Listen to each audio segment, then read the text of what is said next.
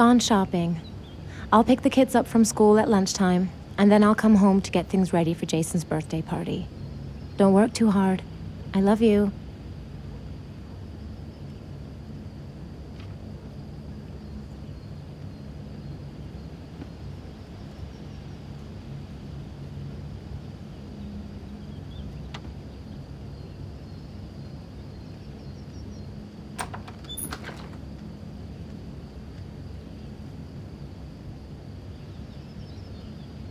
I better take a shower and get dressed before I go downstairs.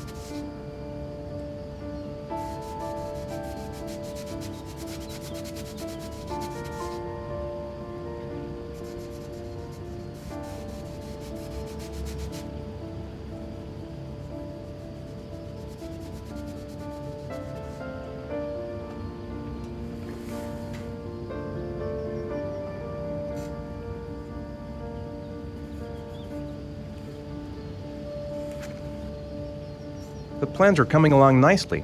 Should be finished by Monday.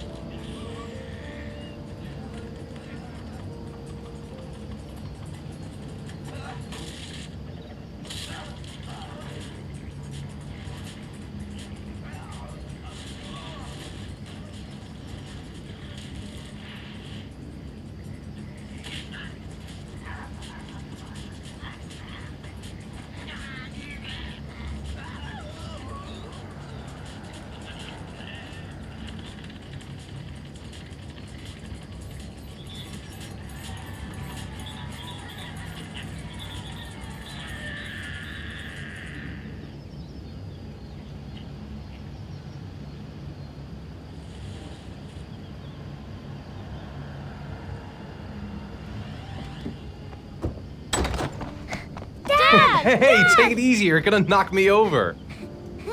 So this is your big day, huh? Am I grown up now? 10 years old, that's not exactly grown up, but you're getting there. Now, can I drive your car? And I think you're gonna have to wait a little while for that. Ethan, can you please help me? I'm coming.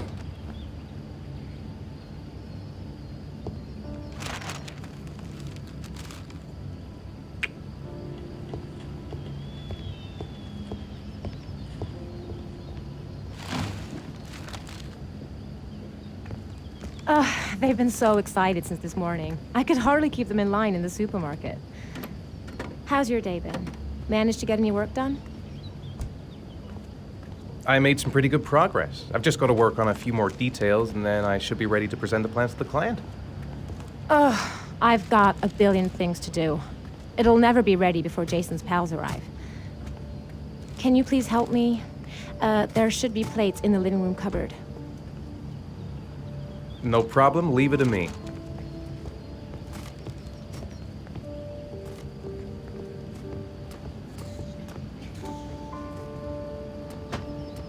That door is always sticking. Give it a big tug.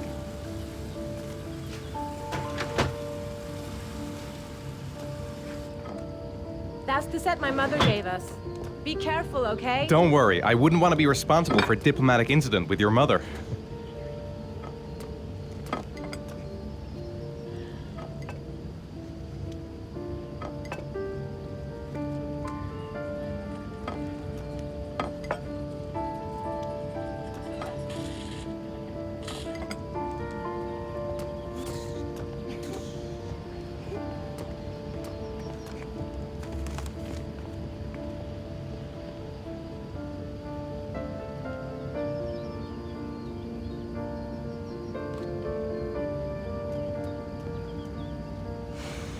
Ethan. I don't know if I've already told you this today, Mrs. Mars, but I find you very attractive. You're not so bad yourself, Mr. Mars.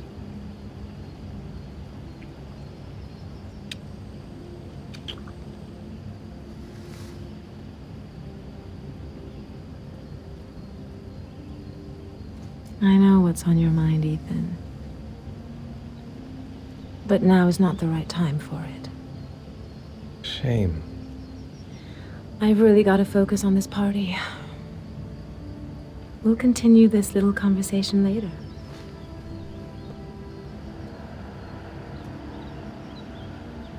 Can I do anything to help? No thanks.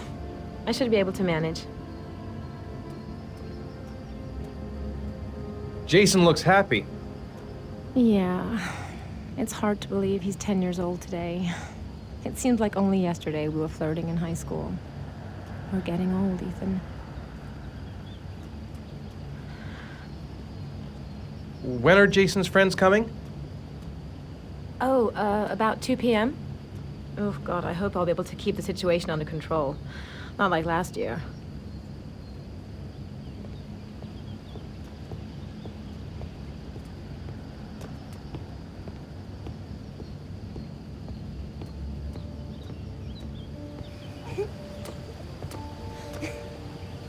That's it. I'm free as a bird.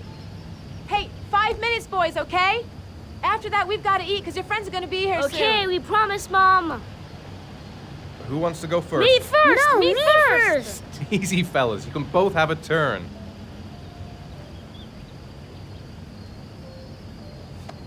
All right, Jason. Let's do the helicopter.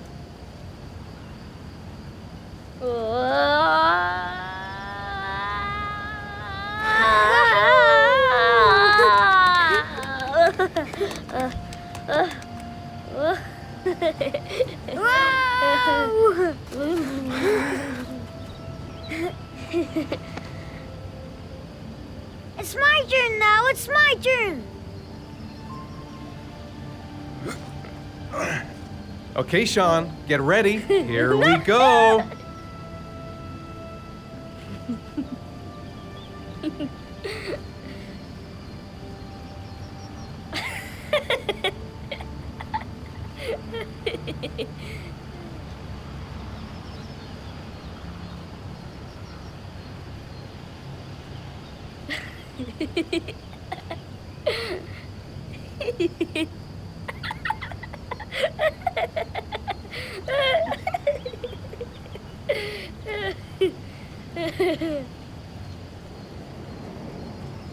Come on, Dad, show us how strong you Yes, are. big muscles.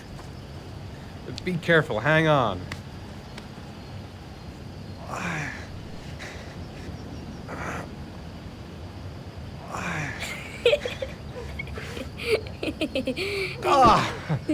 Oh. Whew.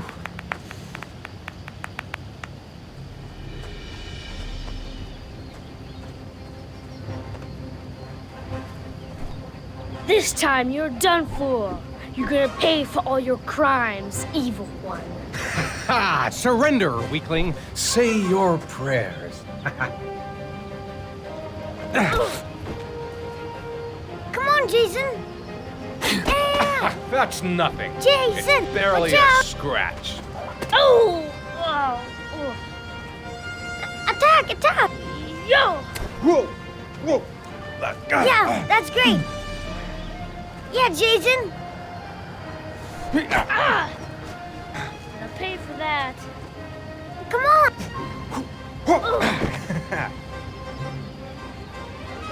Yeah, Jason. Ha! Continue. Ah! Watch out. Yeah! Ha! Ha! Go, Jason. Yeah. Wow! Yeah, good. Yeah. My life has come to Woohoo. an end. Food's ready, kids. You coming in? Coming!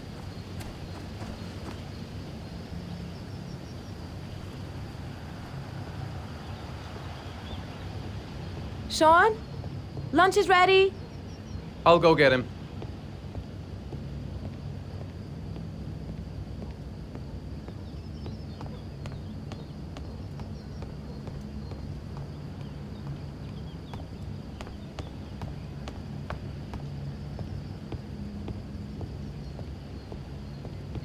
Shaun?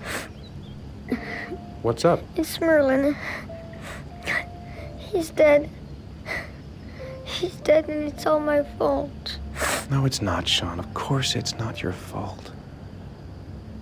I'd give anything if you could come back to life. You know, Shaun, there's some things which just have to happen. Even if you don't want them to. It's not fair, Dad. It's not fair. I know. I know.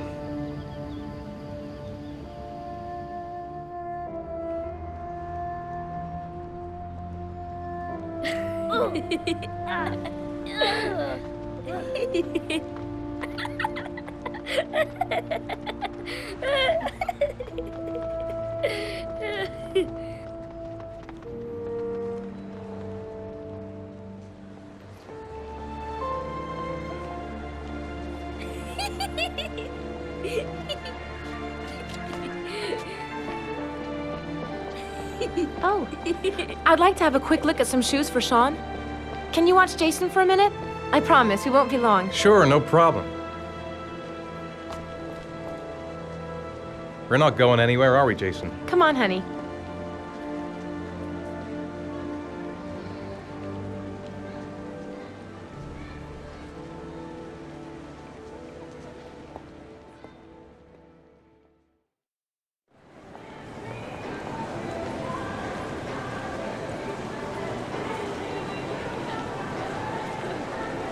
Jason!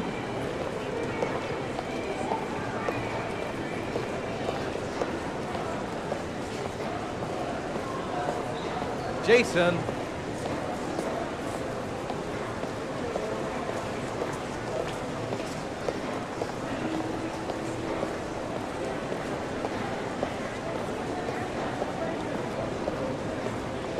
Jason!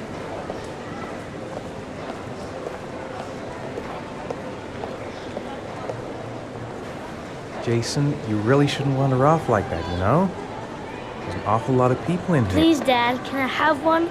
I would really love to have one. Please, Dad, come on. Okay, let's go buy a balloon. Great! Hey, champ. What's your name? Jason, Which balloon would you like, Jason? the red one. Here you go.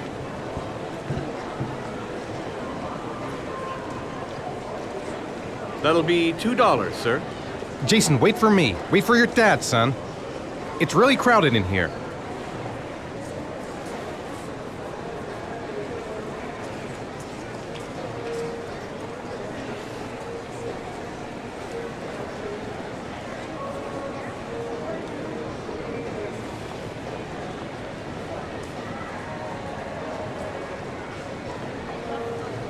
Keep the change.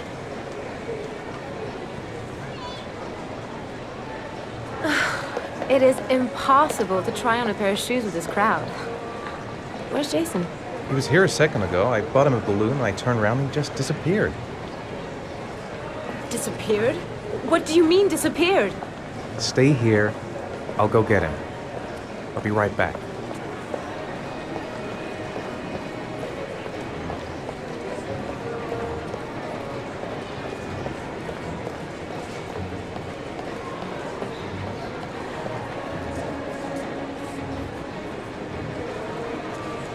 Quick, I need to go downstairs now or I'm gonna lose him in the crowd.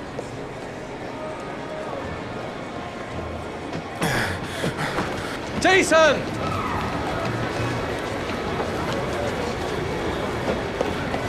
Jason!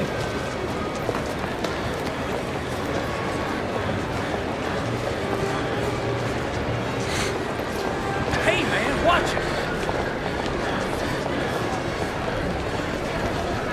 Hey, man, watch it. What's your problem?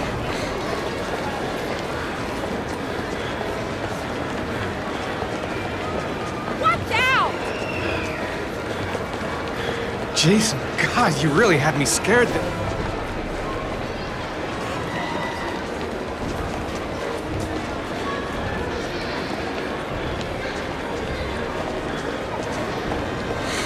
Jason!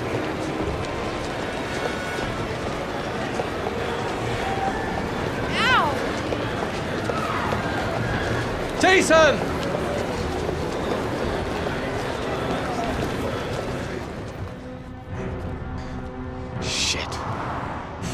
Shit!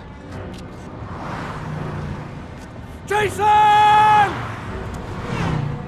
Dad!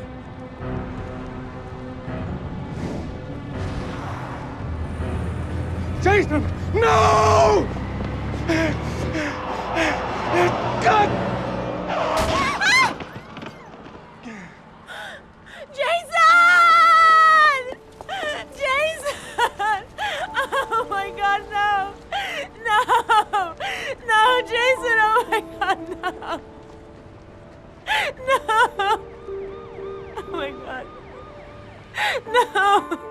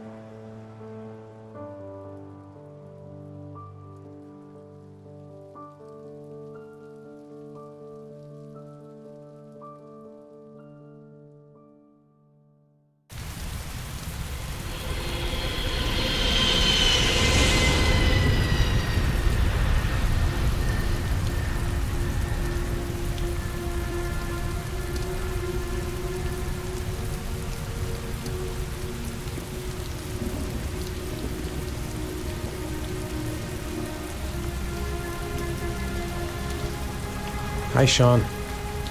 Hi, Dad.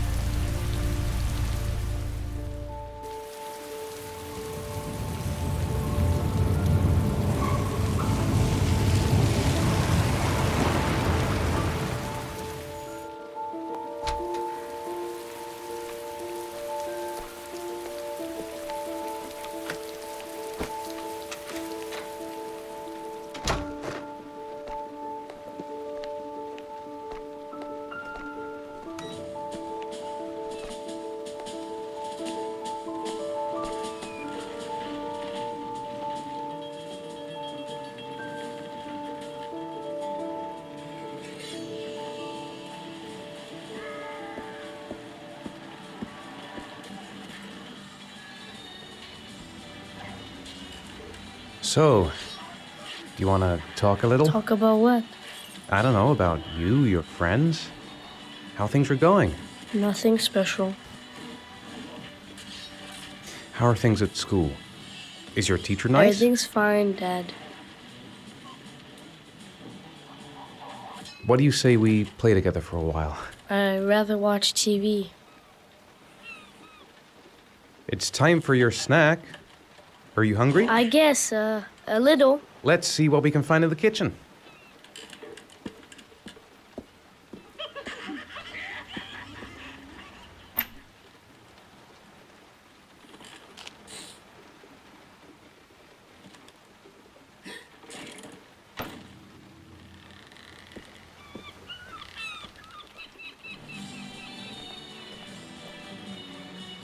Here, Shaun. Here's your snack. Thanks, Dad.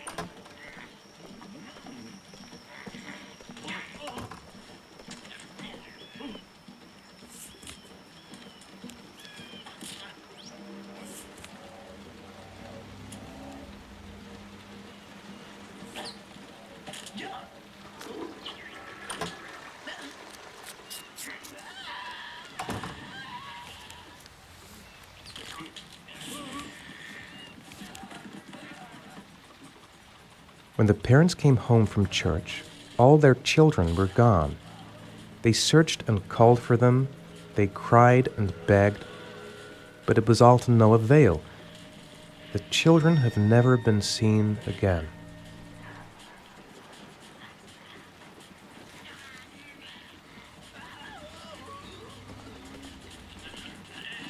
Shaun, do you want to do your homework now? Please, Dad, let me watch TV a little while longer. We'll do it later, okay? I think we should just get right to it. Then it's done and out of the way. Now, get your bag and get set up in the kitchen. I'll help you.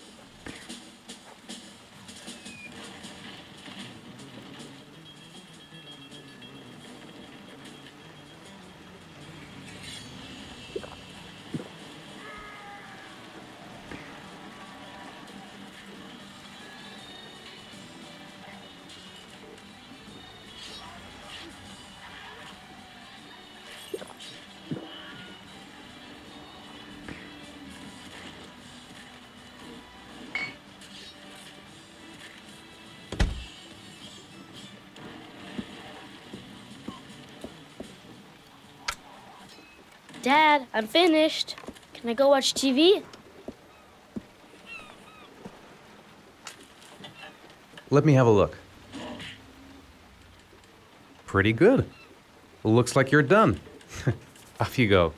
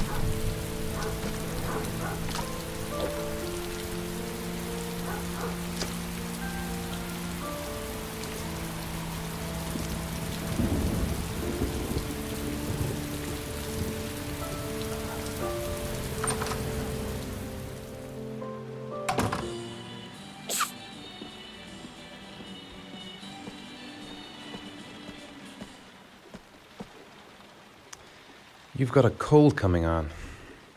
I'm gonna see if I can find some medicine for you.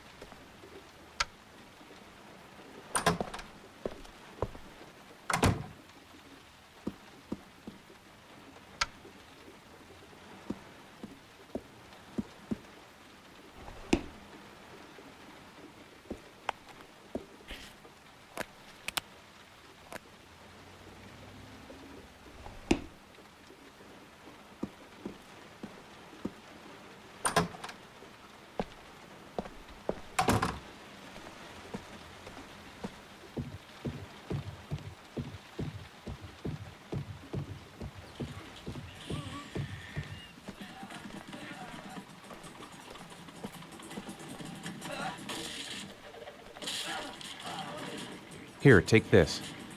It'll make you feel better. Thanks, Dad. Do you want me to get your dinner? Oh, yeah, I'm really hungry. Okay, I'll go see what I can find. I'll call you when it's ready.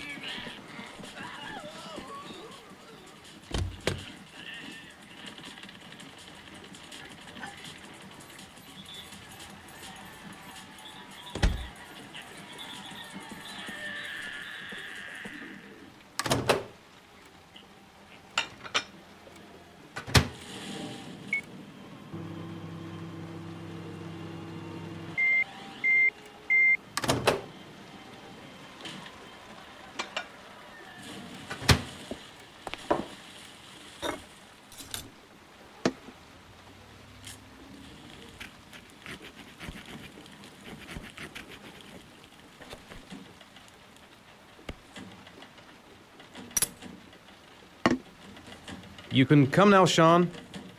Your meal is ready. I'm coming.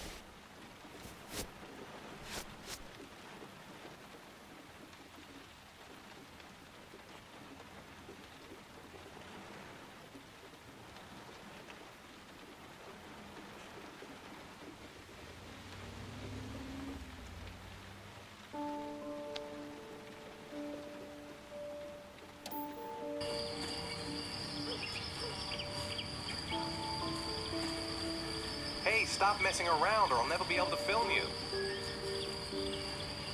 What do you want me to do? I don't know. Oh, yeah, Jason, tell me what you want to be when you grow up. I don't know. Maybe a fireman or an astronaut. Oh, wait, I know. I'll be a dinosaur hunter. I'll make video games. And here's the most beautiful mother in the whole wide world. Whoa, Ethan, stop. Don't film me. You know I don't like it. Hey, Dad, film me. I'll show you how fast I can run. Yeah, me too, Dad. I can run really fast, too.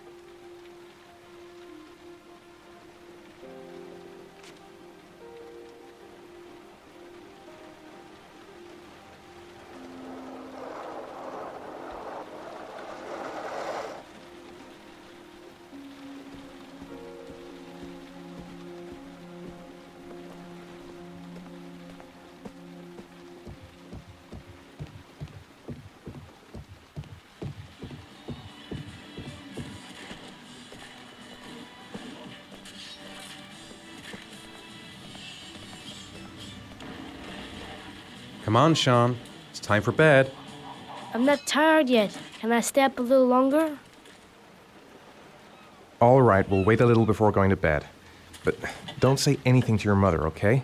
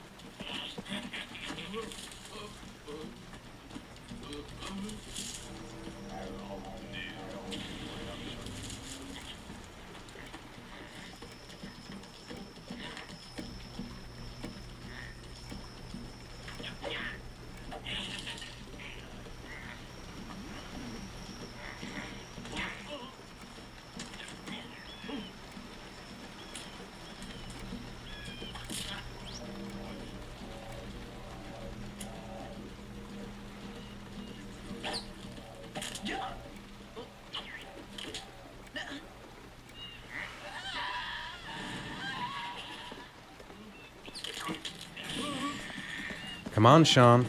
It's time for bed. I'm not tired yet. Can I stay up a little longer? Now, that's not very reasonable, is it? You have school tomorrow. You have to get some sleep. All right, I'm going. Are you coming with me? Go brush your teeth and put on your pajamas. I'll come up.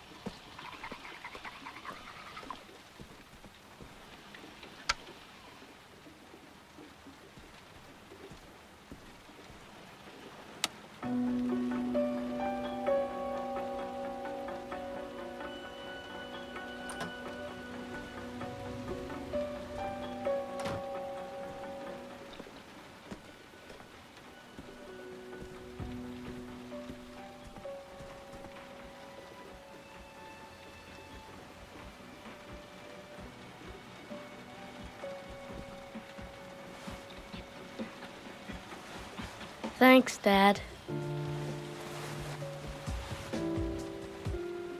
Good night, Shaun. Night. Dad, Yeah? why do you look so sad? I think I just need some time to get back to the way things were. You know, Dad, what happened to Jason wasn't your fault. Good night, Shaun.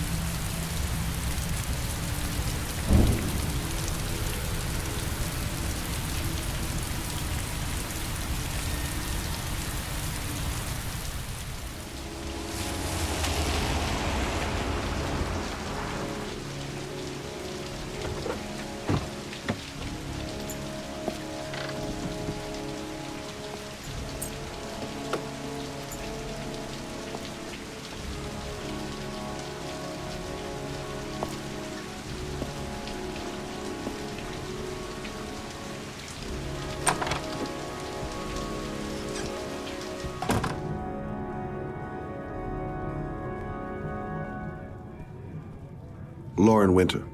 Ring any bells? Nope, can't say it does. Oh, that Lauren Winter. 3rd floor, last door on the left at the end of the corridor.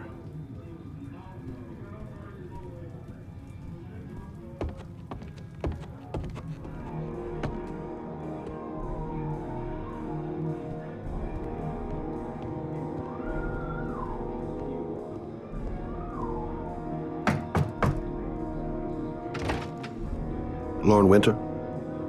Sorry, I only see clients by appointment. Wait.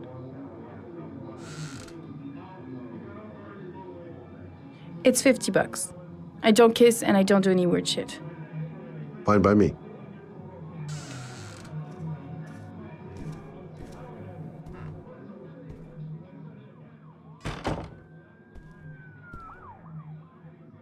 Put your money on the table. You got exactly 10 minutes. When the alarm rings, it's over, okay?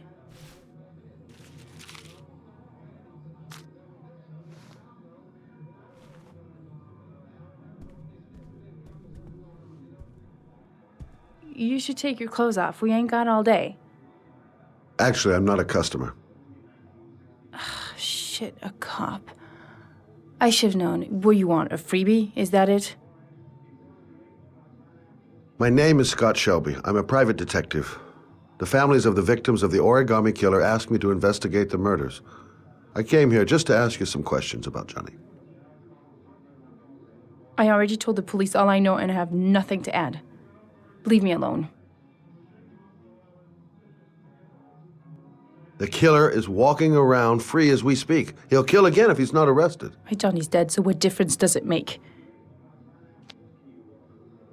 There'll be other victims if we don't stop the killer. You have got to help me, Lauren. You may know something that can aid the investigation. Help you? There's nothing you can do. My son's dead, do you hear me? He's dead! If we don't find the killer, there'll be other mothers who find their son's body on a deserted wasteland. But you're right. Why should you care? It's not your problem anymore, right?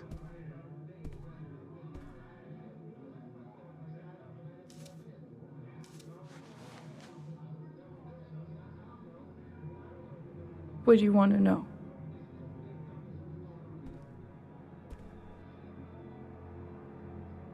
How did your son disappear? He used to go play with the neighborhood kids after school. It was pouring down something awful that day. I'll never forget it. All his friends came home around 5. All except him.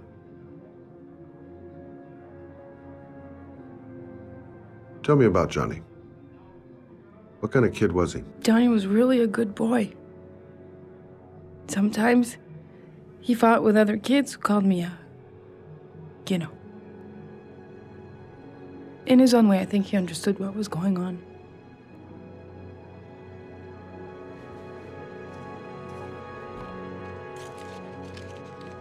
You want one? No thanks, I quit. That's brave.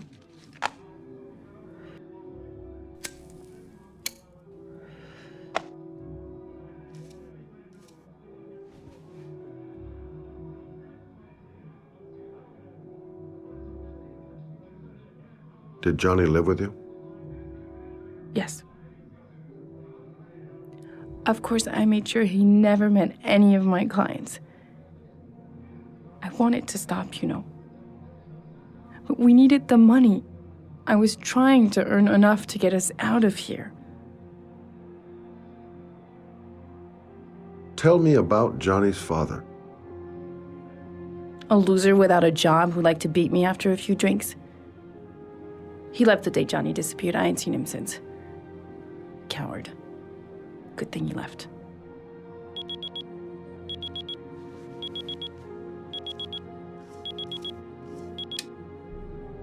Time's up, Mr. Shelby.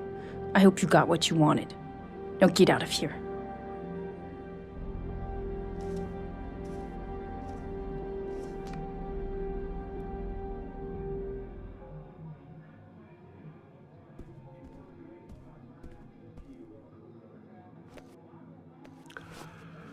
Well, if you remember anything, the smallest detail, give me a call.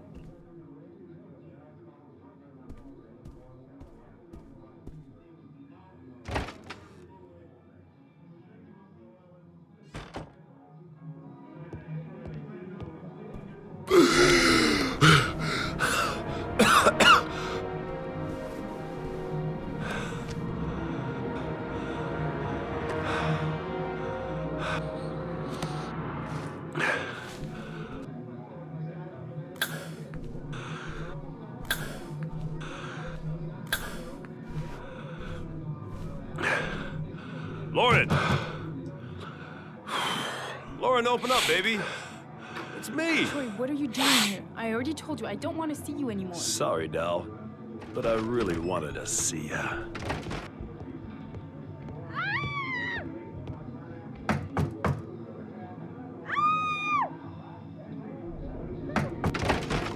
What do you want, asshole?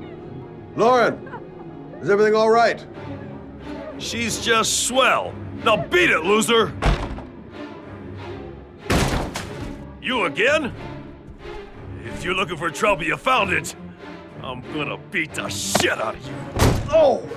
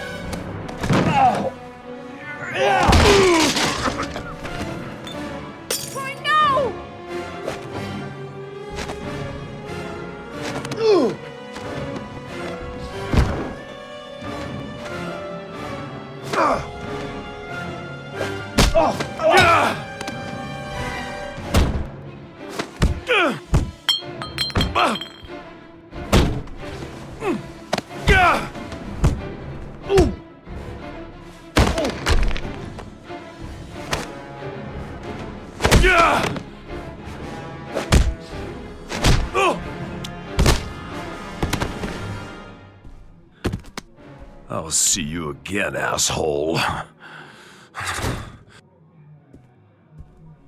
Are you all right? Better than him, I guess. Who is he? An ex-client who thinks he owns me. He was getting violent, and I told him I didn't want to see him anymore. Well, you should be careful. He'll probably be back. Sorry about the mess. Mr. Shelby? Yeah. Thanks. Oh.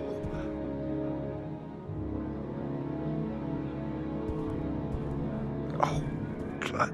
Oh. Oh.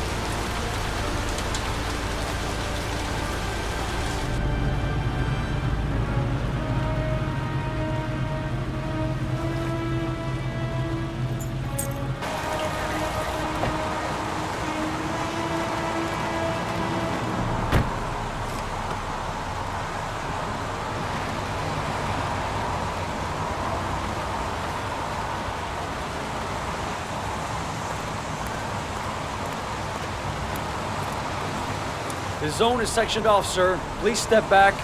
Agent Norman Jaden, FBI? You got a badge or something, Mr. Jaden? Yeah. Yeah, of course.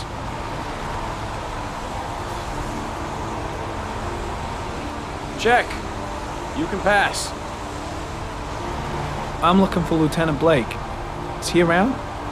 I saw him arrive earlier. He's here somewhere. Thanks.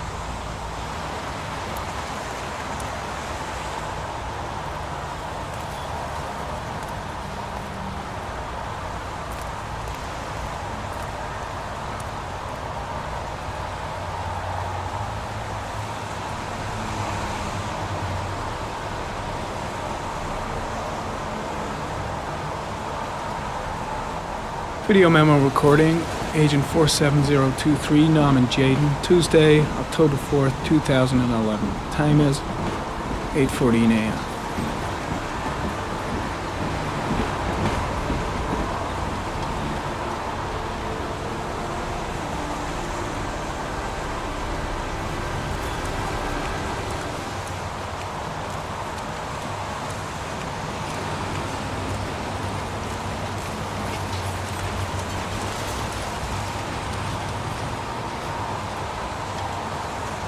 Hey, you there! What are you doing?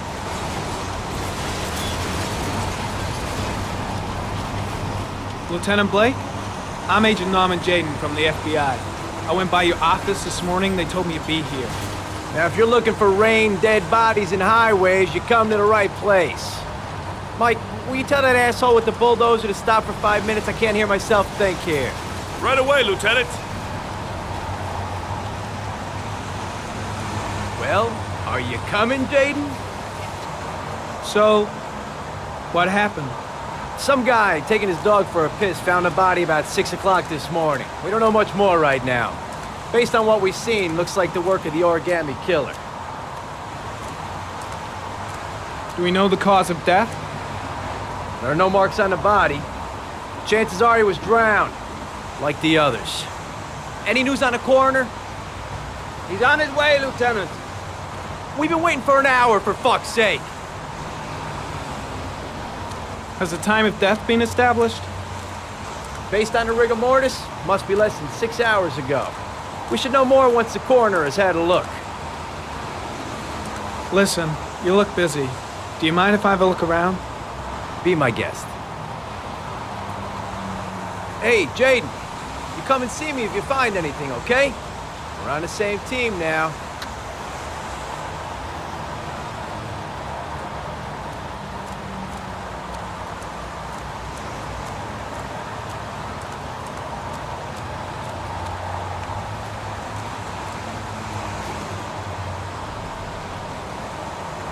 Harry, comment. The victim is lying on his back.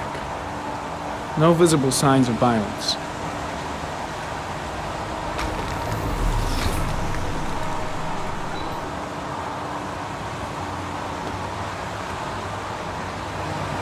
A small origami figure in the right hand.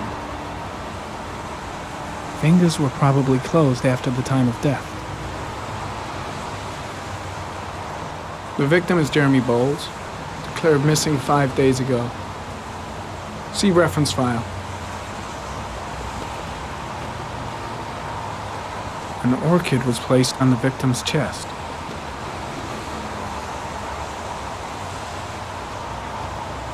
His face is covered with mud, like the other victims.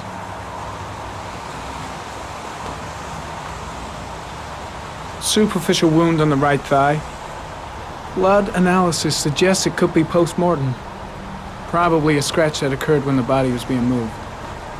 The blood report indicates an advanced and long-lasting state of exhaustion.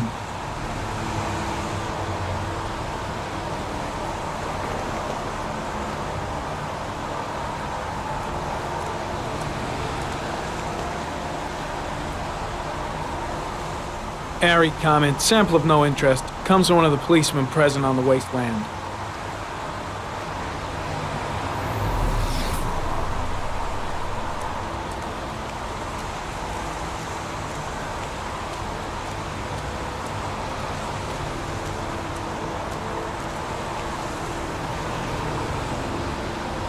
Harry, comment. Orchid pollen detected. Probably from the flower left on the body.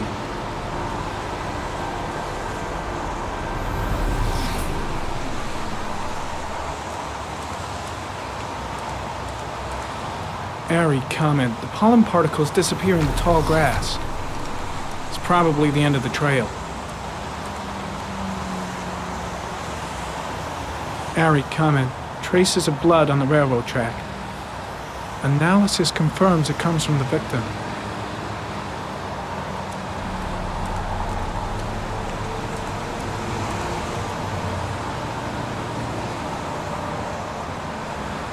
Footprints continue just after the pollen trail. There's a good chance that they're the killers.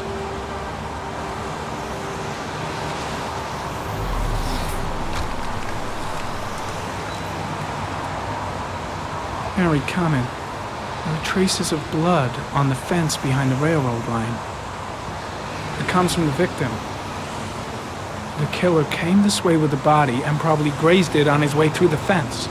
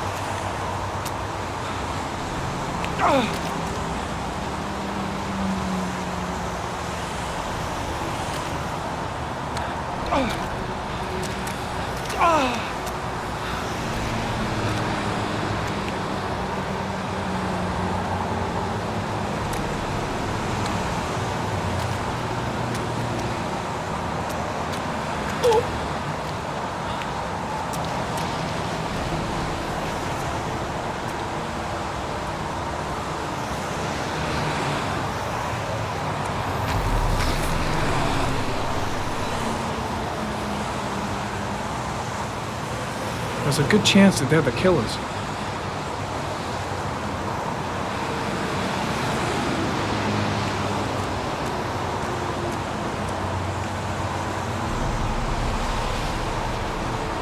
Harry, comment. Tire tracks on the side of the road behind the railroad line. It may be the killer's car. Think I've seen all there is to see.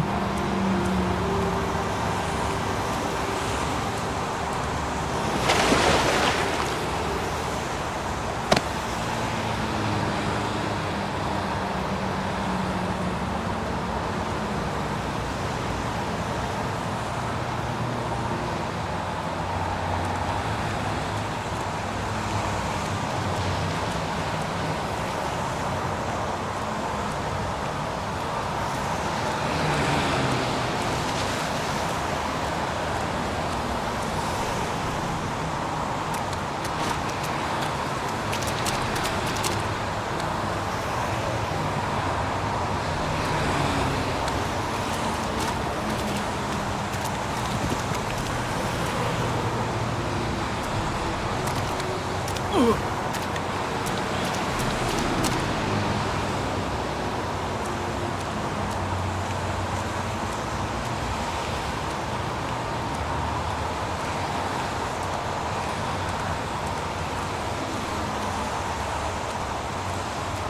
heading back to the office. You staying? No, I've seen enough. I'm leaving too.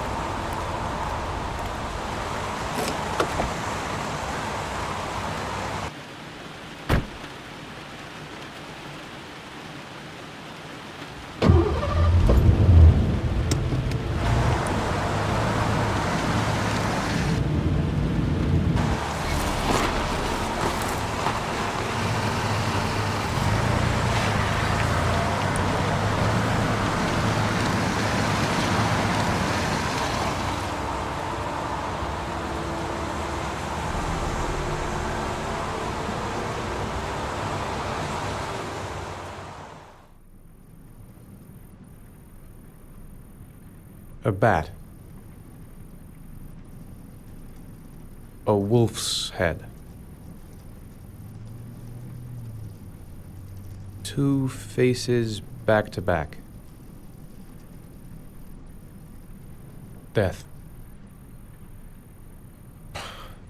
Death.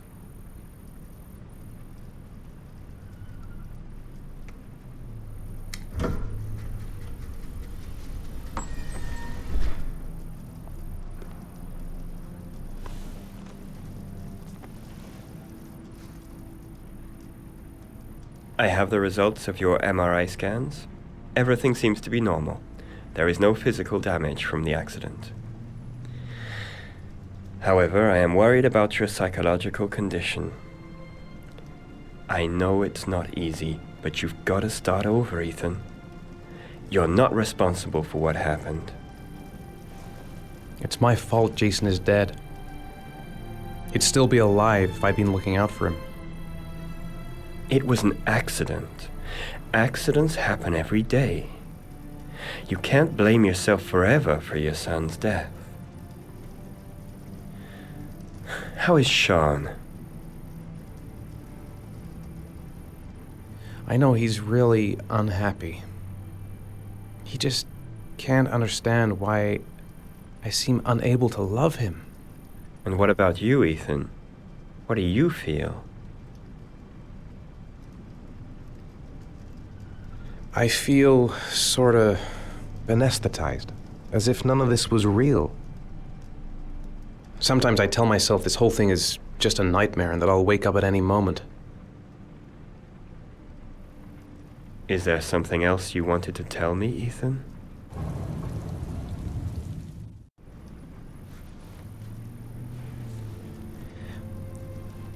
I sometimes have these blackouts. Times when I don't know what I'm doing. I recover consciousness sometime later, but I'm someplace else. And I have no idea how I got there. Do you think this could be related to the accident? You suffered a massive concussion and were in a coma for 6 months. We really don't know what effect a shock like that can have on the brain. That's the end of this session. We'll continue this conversation next week.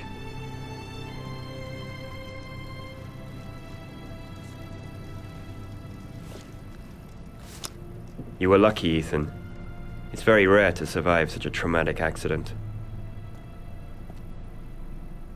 I don't exactly feel lucky, Doctor.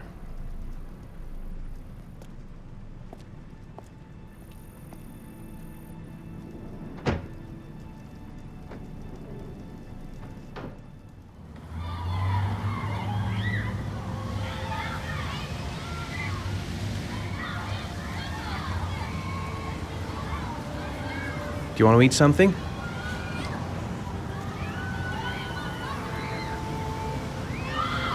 Is something the matter, Shaun? No, I'm all right. Aren't you gonna go play with the other kids? I don't feel like it.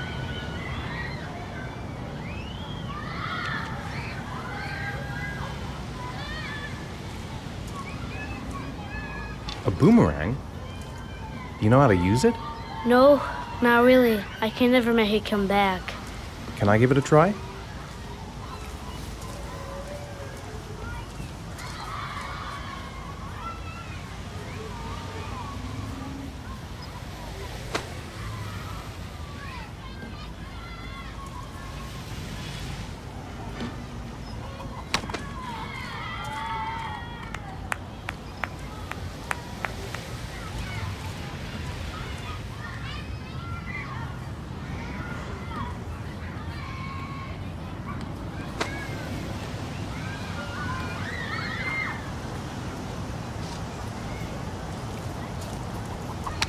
Whoa! You did it, Dad!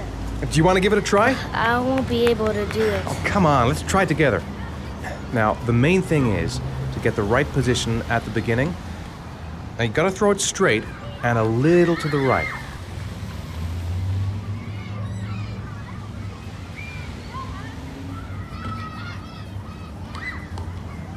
Now, throw it!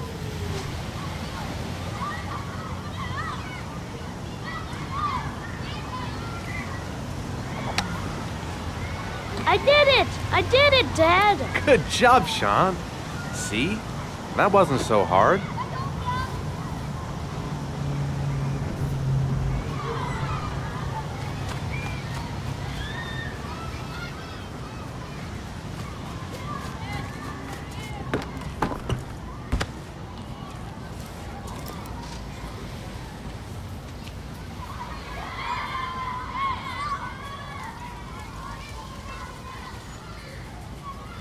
I haven't been on a seesaw in a long time. What do you think? Yeah!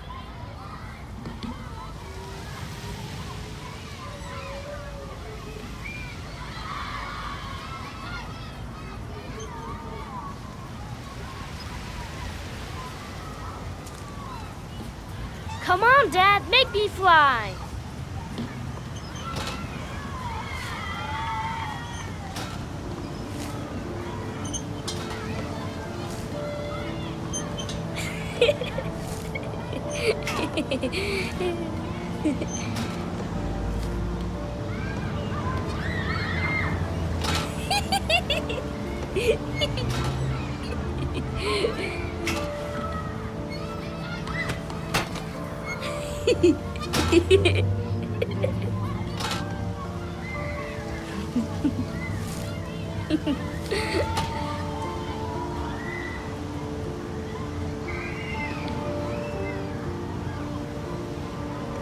What about that merry-go-round?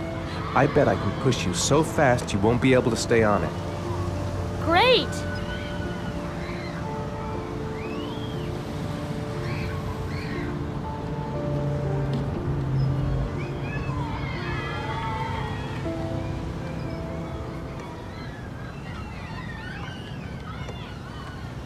Go on, Dad, as fast as you can. Faster! Faster! Come on! Faster, faster!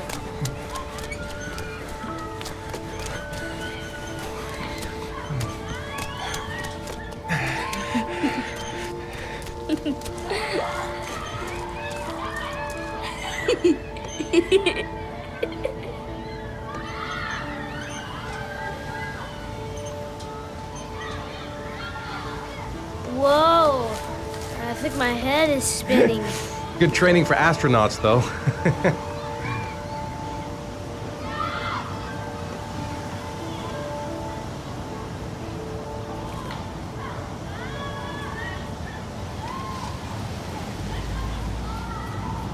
I'd like a packet of strawberry-flavored Chewies, please. Thanks. Hey, I got you some Chewies. I hate strawberry. Thanks. It was nice of you anyway.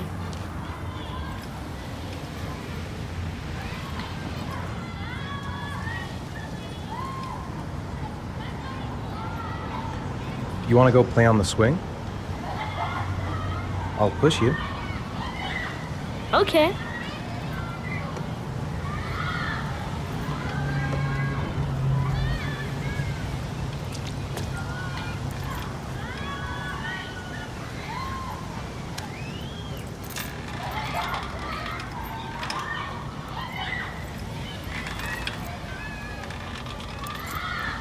Come on, Dad! Higher!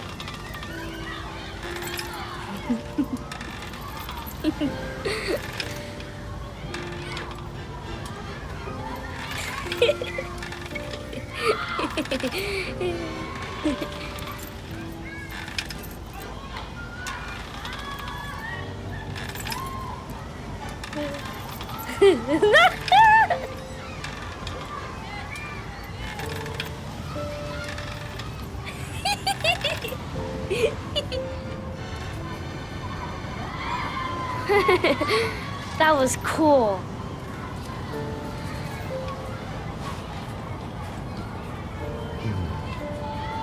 Looks like rain's coming. I think we better go. Okay.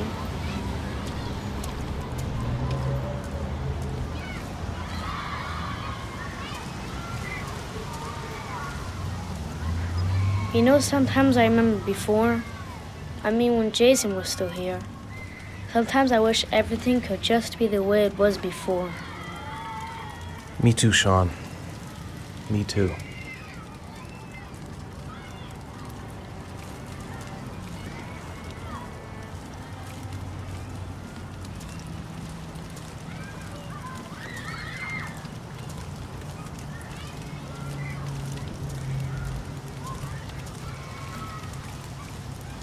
Hey, Dad, can I have a ride on the carousel? Can I?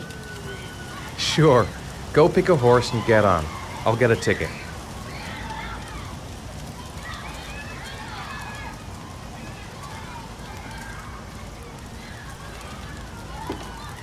One, please. That's $1.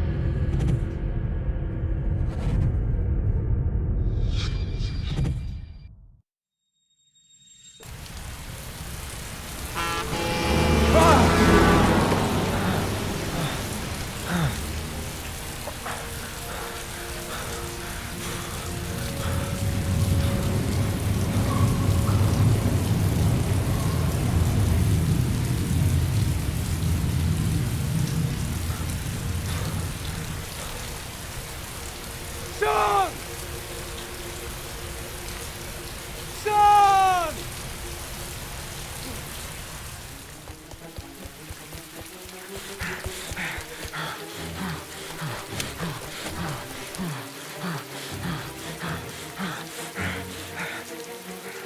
Shaun!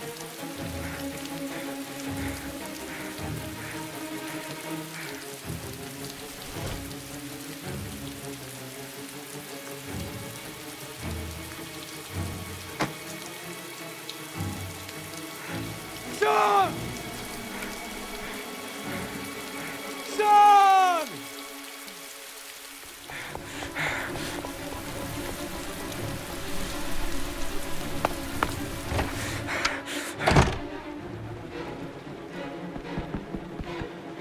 Shaun!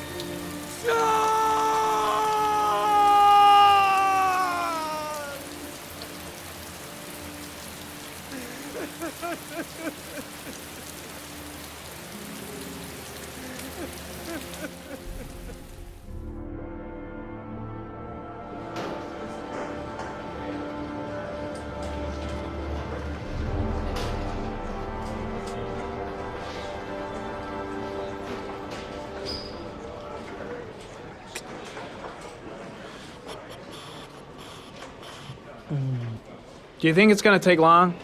No, he should be finished soon.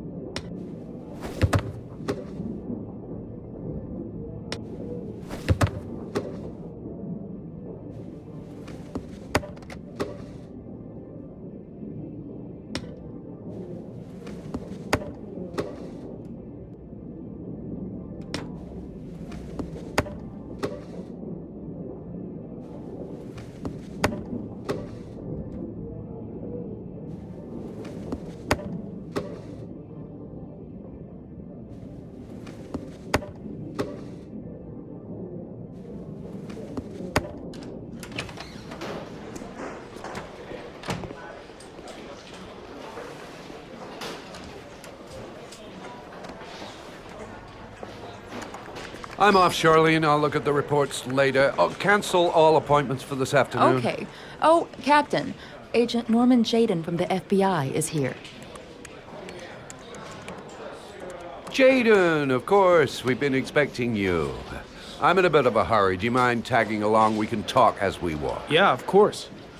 I wanted to introduce myself before getting started, but perhaps there's a better time. No, it's fine. I just have to get to the press conference. We have them every day now. Believe me, it's not always easy finding something to tell them. Fortunately, today we have some news. Have you met Lieutenant Blake yet? Yeah, we met this morning. He has his own methods, but he's a good cop. I'm sure you'll get on well together. Do you know how to tie a knot in a necktie? I guess. To be frank with you, I could have done without the FBI on this one, but the press are all over us. This origami killer case crept up on us, and it's fast becoming a national concern. There are hundreds of killers in this country, but what do you know? This guy is exotic. He leaves flowers and origami figures. Work that one out. Then the press get onto it, and we suddenly become the center of the universe. I'm here to arrest a serial killer. With all due respect, sir, the rest of it, it's none of my business. No, of course not. All I'm asking is that you make progress, and fast. The press want a perpetrator, and we're gonna have to serve him up on a silver platter. Not bad. Oh, go see Charlene. She'll show you to your office. Yeah, check in on the press conference if you're interested. It'll give you an idea of the political climate around here. Thank you, sir. Welcome to the club, Jaden.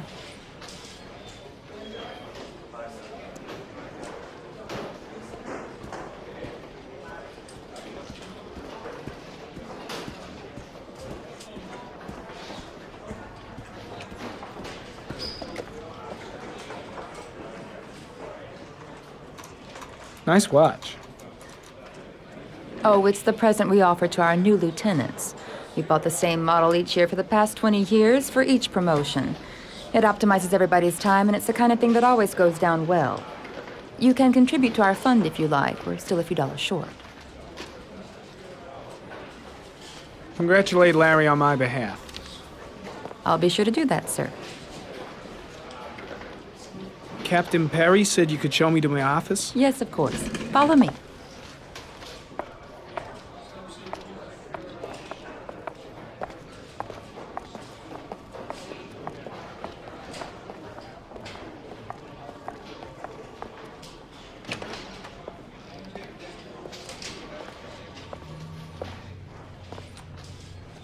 This is my office? That's where I was told to take you. If you need anything, you know where to find me.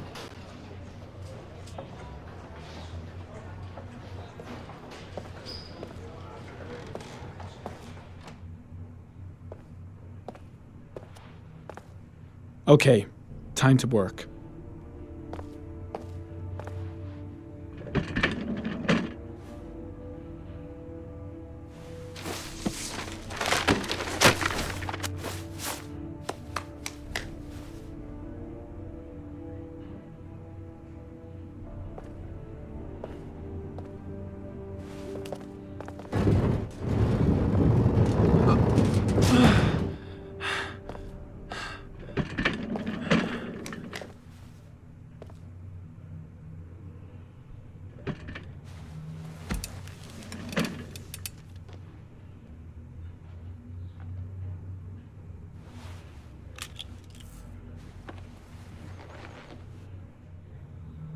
Step 1. Change the office.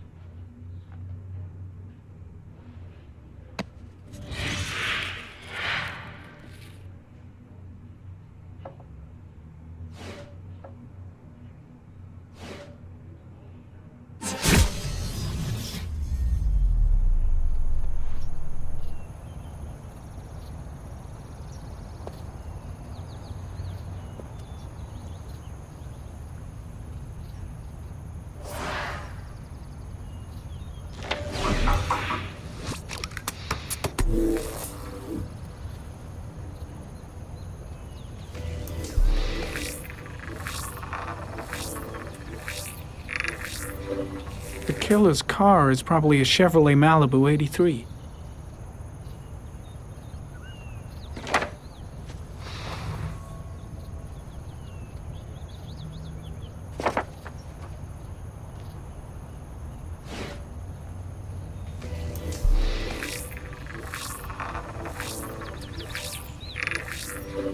No prints or specific clues.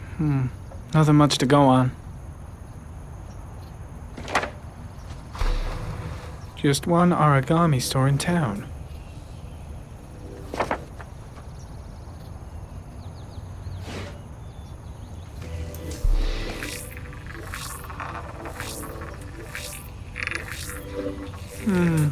A common species. That doesn't help much. The orchid is a common species. It can be found at any flower shop.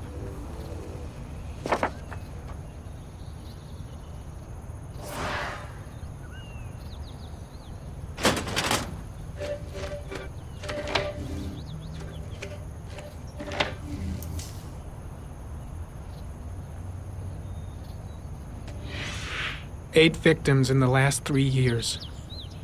All boys, aged between 9 and 13. No signs of violence. The victims disappear from public places in broad daylight. No one notices anything. Bodies are found 3 to 5 days later, drowned in rainwater.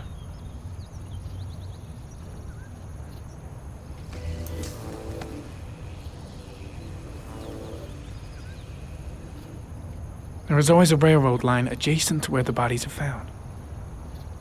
And all the victims disappeared in the fall.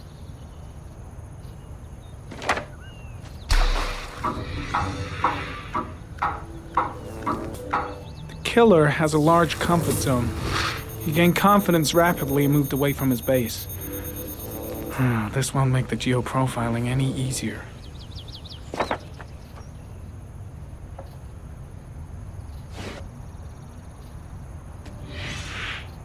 Always the same ritual. An origami in the hand, an orchid on the chest.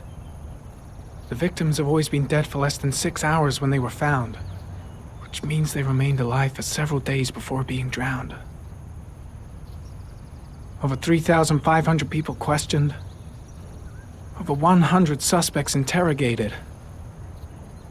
Not a single lead to go on.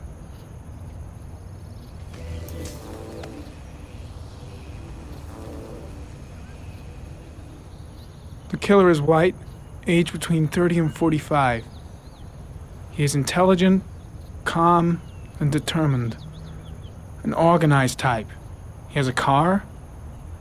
He's probably employed, but his work allows him free time.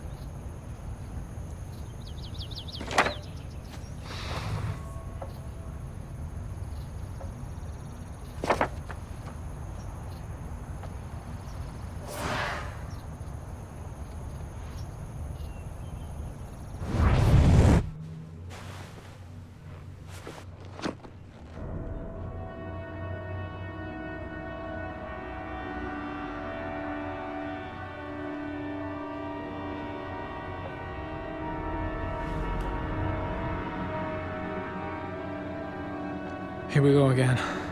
I better go wash my face.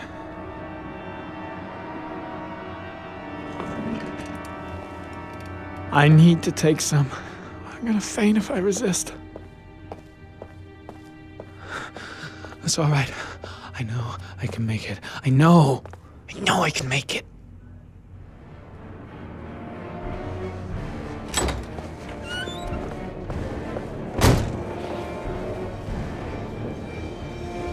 Is everything all right, sir?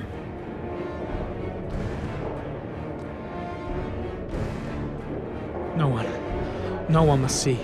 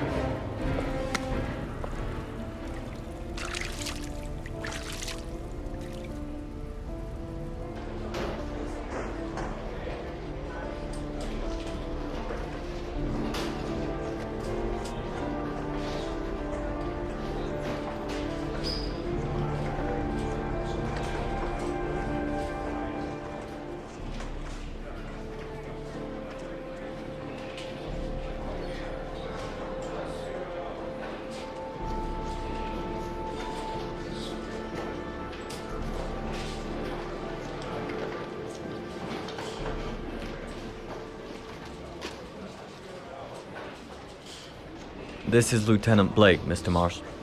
Could you please tell him what happened? It was this afternoon. I went to the park with my son, Shaun. We played together for a while, and then he wanted to go on the carousel, so I put him on one of the wooden horses, and when I turned back, Shaun had disappeared. Exactly what time did you arrive at the park? Try to remember exactly, Mr. Mars. Every detail can be important. It must have been about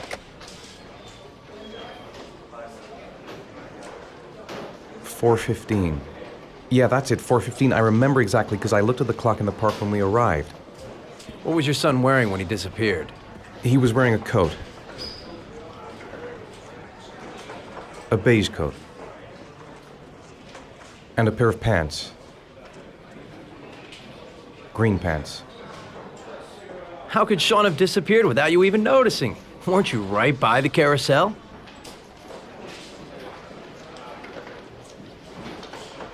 I can't remember exactly. It all happened so fast. You say you took your son to the park after school, but you didn't report him missing until 8:15. Why did it take you so long to contact the police? I searched the whole neighborhood for him.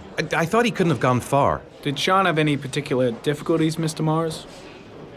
Anything that might have caused him to run away?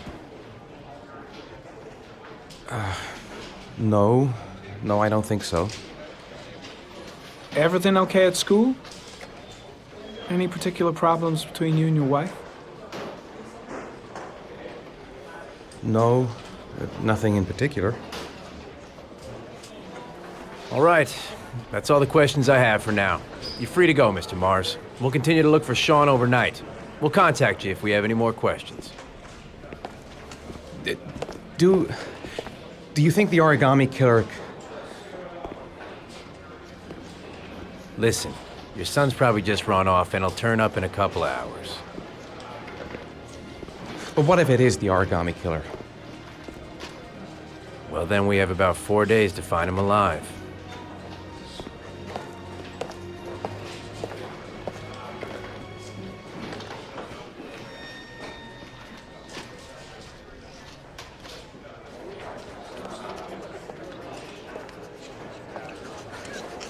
Did they find something? No, nothing yet, but they're gonna keep looking through the night. Do they think it's the origami killer? It's still too early to say, but it is a possibility.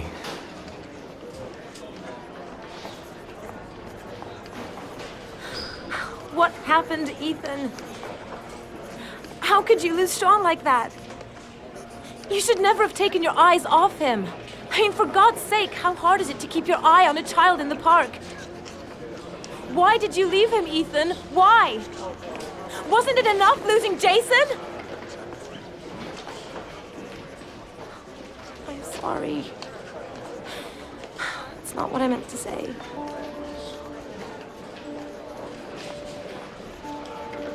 I miss him so much.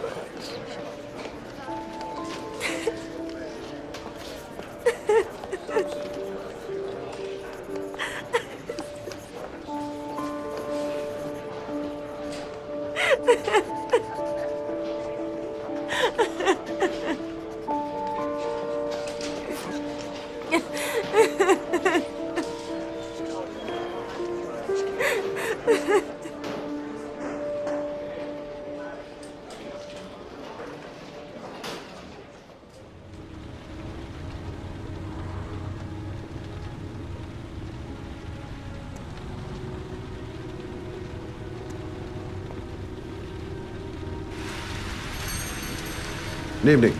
Good evening to you, sir. Can I help you, sir? Well, I hope so. My name's Scott Shelby. I'm a private detective. I'm investigating the case of the origami killer. I'd like to ask you a few questions. My son is dead, Mr. Shelby. I have nothing more to say. The killer has kidnapped another victim. A 10-year-old boy. Like your son, Risa, I have 4 days before we find his body on a deserted stretch of wasteland. No one did anything to save my son. Now, you would please to move along, sir. You may know something that could help save other people's lives. I was unable to save the life of my own son. I do not see how I could save the lives of other people. Oh, do you sell inhalers? I'm all out, and at least I won't go away completely empty-handed. In the back of the store, to the right. Thanks.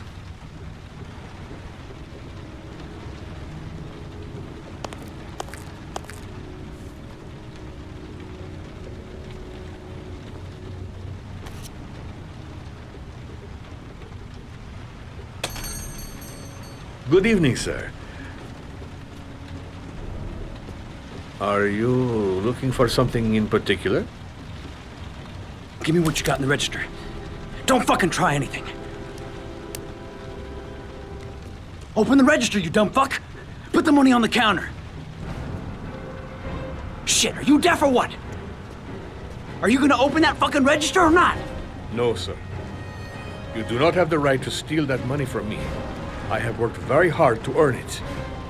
You cannot have it. What did you say? You're out of your fucking mind, man. You don't get it, do you? I'm gonna put a fucking bullet right between your eyes if you don't do what I say now! You shall not be robbing my register, sir. That money is mine. I ask you now to leave before it is too late. Christ, goddamn idiot! Open the register! Don't make me fucking kill you! No, sir. Turn around. That I cannot do! Just don't turn around. I'll waste you, man. I ain't joking. Hey, you! Come here! I said come here now! Don't move! Hands up! Put your fucking hands up or I'll shoot!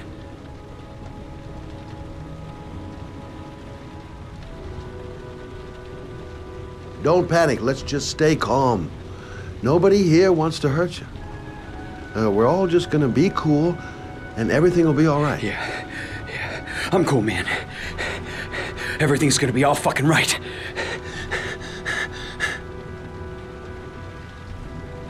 My name's Scott. What about you? What's your name? Andrew. My name's Andrew. Look, it's not worth it. Put the gun down and just walk away. You giving me advice? I'll give you some fucking advice. Do you have anyone you care for in your life? A girlfriend, maybe? A family? Yeah. A little girl. I got a little girl. Her name's Jessica. What would Jessica think if she saw you here? Ask yourself, what would happen to her if things go wrong? You haven't done anything serious yet. If you put the gun away, we'll forget about what just happened, and that will be the end of it. Just walk away. Nothing serious. Shit, man! What the fuck do you think I'm doing here? You don't really want to shoot anybody, do you? I'm sure we can find a way out of this mess, right?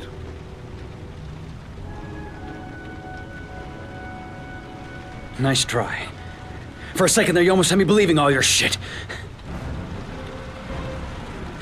And now, give me the money. I'm gonna count to 3. 1...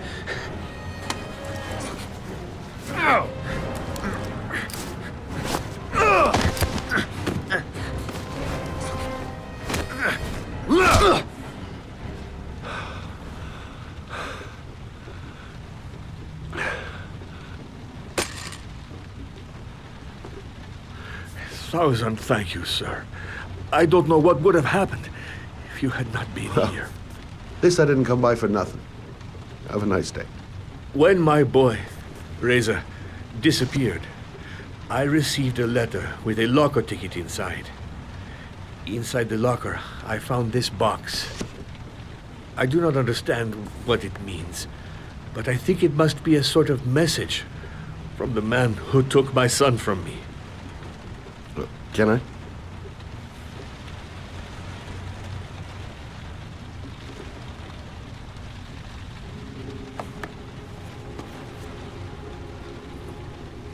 Please, take the box if it can be of any use to you at all.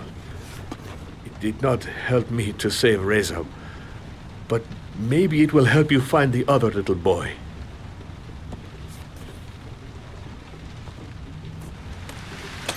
Mr. Shelby, I was beginning to think that there was no good to be found in this place. But I can see now that I was wrong.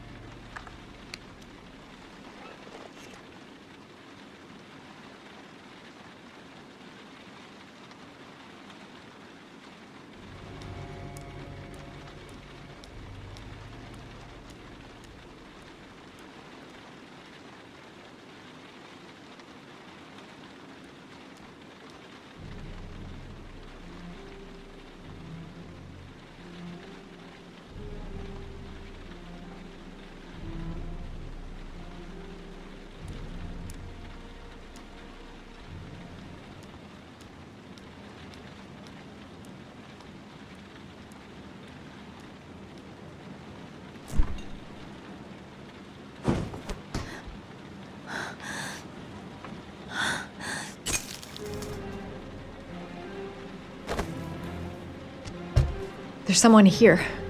There's someone in the apartment. The phone on the desk. I could call for help. The front door. It's the only way out. If I can reach it, I still have a chance.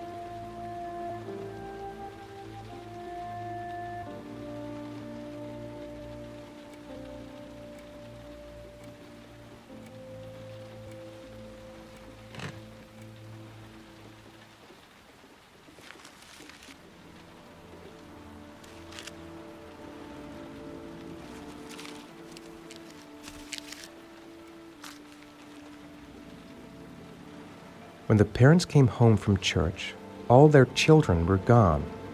They searched and called for them, they cried and begged, but it was all to no avail. The children have never been seen again.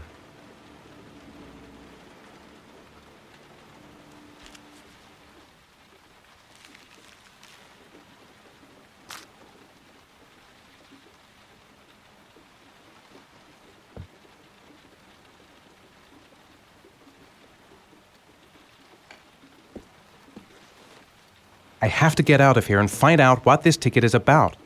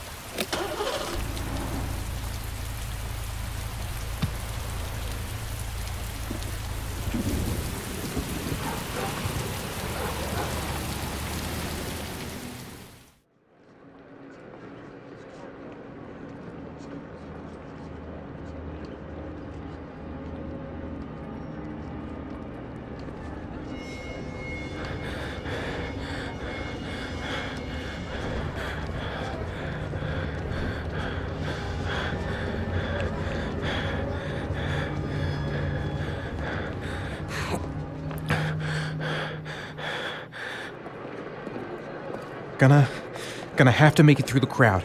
I can't take crowds. Just can't handle it.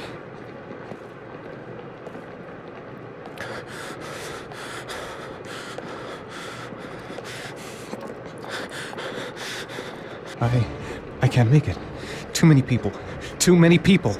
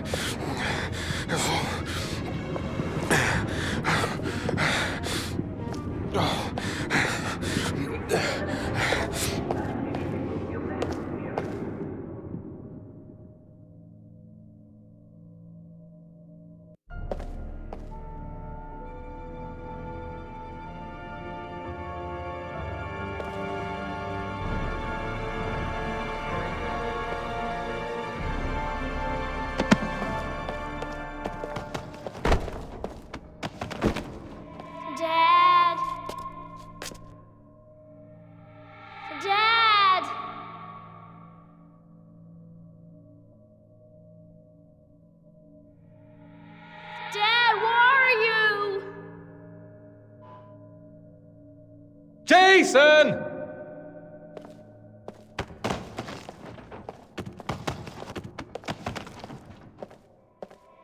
Dad! Jason! Dad!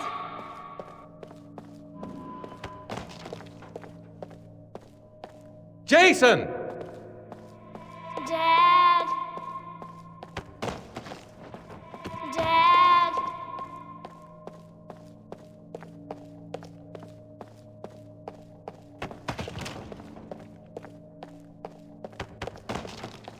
Jason! Dad!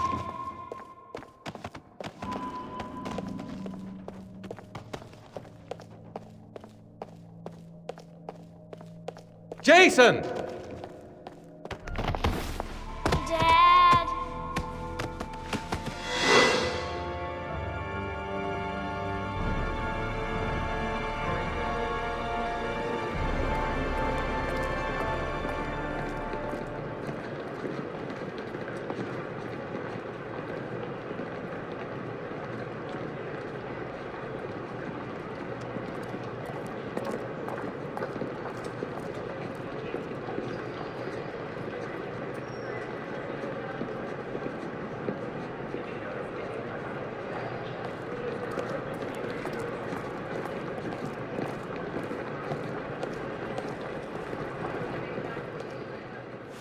Line 18, box number 3.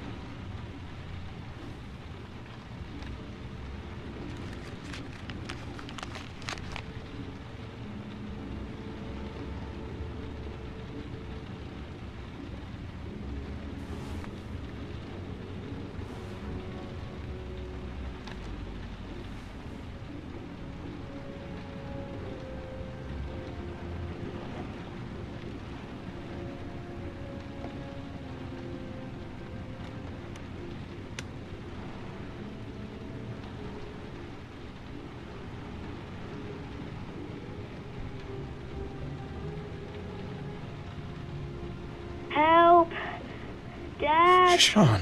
Where are you? I'm so cold. Dad! Dad!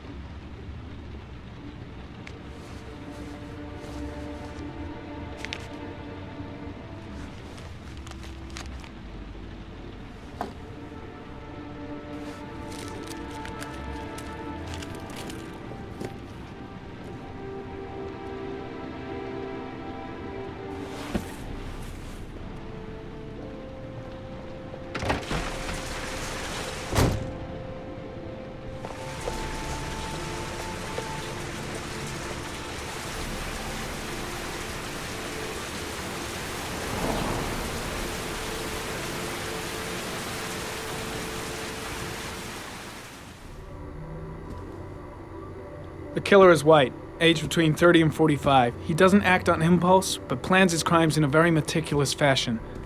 He doesn't have anything personal against the victims. That's why he covers their faces with mud, to make them anonymous. Why does he kill them if he doesn't have anything against them? For him, they're more of an image, a symbol. That's probably why he gives them an origami figure and an orchid as gifts to apologize for what he's done to them. Very interesting. And where does all that get us? The best way of tracking a predator is to be familiar with his behavior. That may be true in novels, but there's a child's life at stake here. Continue, Jaden.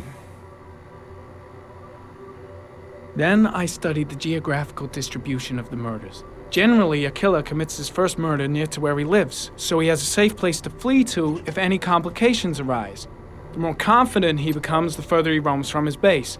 By analyzing the locations where the victims disappeared, I was able to isolate a zone where the killer might live. And what size is this, zone? For the moment, about 10 square miles. Oh, great. There must be 10,000 people live in that sort of area. You gonna question them one by one? The more clues we get, the more we can reduce the zone. We can then cross-check it with our list of suspects and identify the killer. One detail attracted my attention. The interval between the time when a victim disappears and the time when the body is found ranges from 3 to 5 days. But the rainfall is always at 6 inches, give or take 10%. What on earth does that mean? All the victims were drowned in rainwater. The killer kills only in the fall when there is plenty of rain. It could be that he puts them in some sort of well or tank that is open to the skies and that fills up with rainwater. The more it rains, the less time the victim has to live. So what's next? There are 2 suspects whose psychological profile might fit and can be connected to the comfort zone. I'd like to question them. God damn it. We're wasting our time with this bullshit. The killer's out there somewhere, and we gotta get off our asses and find him. The killer is no ordinary murderer. He is intelligent, organized, and methodical. You won't find him by patrolling the streets. Tell me, Agent Jaden, did you get your vast experience on the job, or did you just fucking read about it in some school book? I came here to find a killer. And that is exactly what I'm gonna do. With or without your help. Fucking asshole! That's enough! You said it took 6 inches of rainfall before the victim died. How much time do we have left? If the weather forecasts are right, less than 72 hours.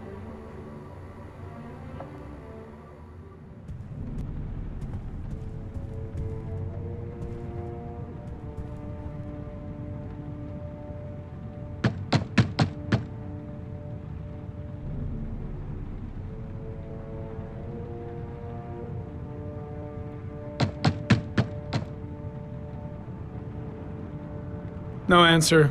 We waste our time coming here. Maybe we should have a little look inside anyway. There's nobody home.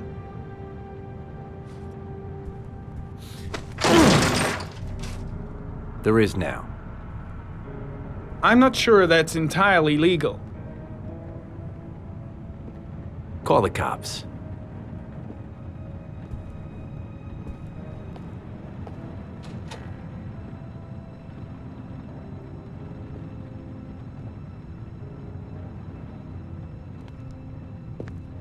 Looks like Nathaniel Williams is a pretty religious guy. He's a God-fearing idiot, waiting for the end of the world. We questioned him a few months back because he was causing a disturbance in the park. He was ranting and raving. Said he heard voices. Had this idea in his sick little head that I was the Antichrist. I'd come to Earth to persecute him. Real twisted.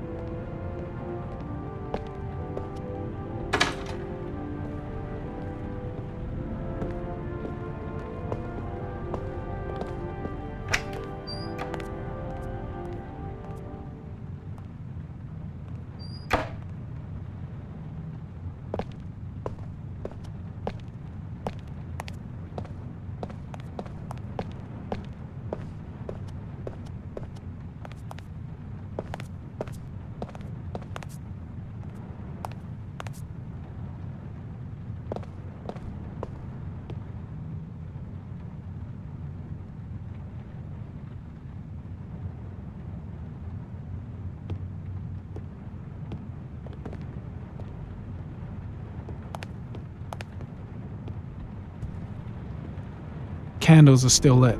He should be back soon.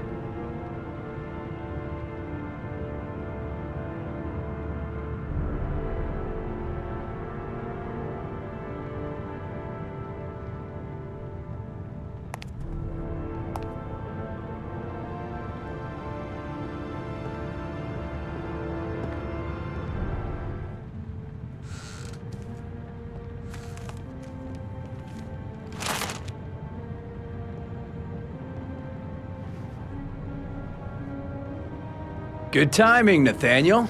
Just the man we're looking for. Angels and ministers of grace defend us.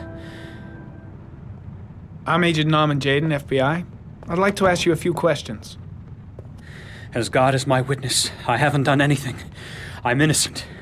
Relax. Nobody's accusing you of anything. We just want to talk.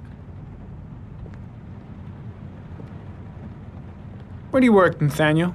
Do you have a job? My sole occupation is praying to the all-merciful Lord for the salvation of humanity. Why all the crucifixes? You afraid of something? The hour is nigh, and the wrath of God shall strike men down. I'm preparing for the end of the world. You were arrested in a case where a child disappeared from a park. What exactly happened? I'm innocent. I have nothing to do with those murders. I was in the park because God spoke to me. I was arrested because I am the chosen one. That's all. What about the voices, Nathaniel? Do you still hear the voices? We know who talks to you, don't we, Nathaniel? Or we both know who talks to you. Don't speak that name. What does he say to you, Nathaniel? I can't talk about it. You mustn't talk about it. He orders you to go and find new prey, doesn't he? He needs more and more. No. No! You mustn't mention him. You'll bring him here. He told you to go and find that kid in the park. The voices tormented you all night long. You wanted them to stop, didn't you, Nathaniel? Stop! Stop! That's enough! So you obeyed them to make them stop. You took that boy with you and you drowned him. Isn't that right? No! That's enough. No! Leave him alone. Stop! Stop! You killed them, didn't you, Nathaniel? Are you gonna confess, you bastard? You are the Antichrist. Put down the gun, I shall Nathaniel. dispatch you to your father in hell. He is the son of Satan. He was sent to earth to destroy us. For Christ's sake, shoot! Calm down, Nathaniel. Nobody here wants to hurt you. Put the gun down. Concentrate on my voice, Nathaniel. Listen only to my voice. Demon, you shall regret confronting the emissary of the Lord. You shall know divine power. I'm here to help you, Nathaniel. To get rid of the voices in your head, but you have to trust me. Christ all-powerful, defend us in our battle with the forces of evil. Protect us from the cunning and wiles of the demon. May God Almighty manifest the power of his empire, and may divine power cast Satan and all the other spirits that prowl the world in search of souls into the darkest depths of hell. Keep calm. Everything is gonna be fine, Nathaniel. Back away, slowly.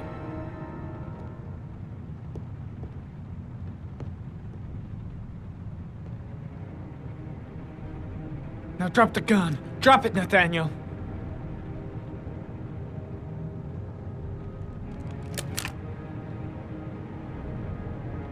Put your hands on your head. Turn around.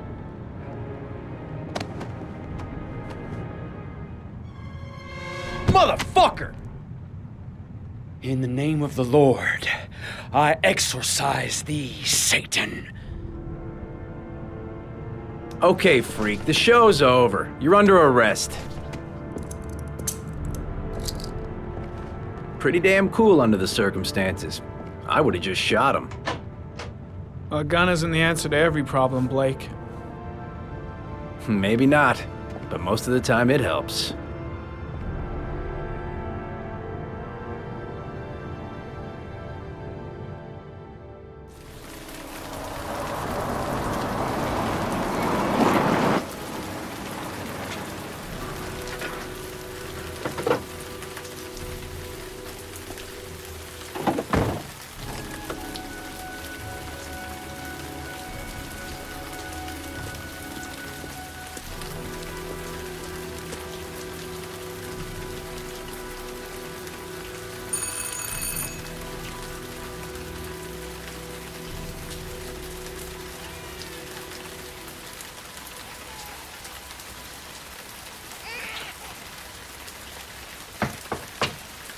No answer. Baby screaming inside. Not a promising start.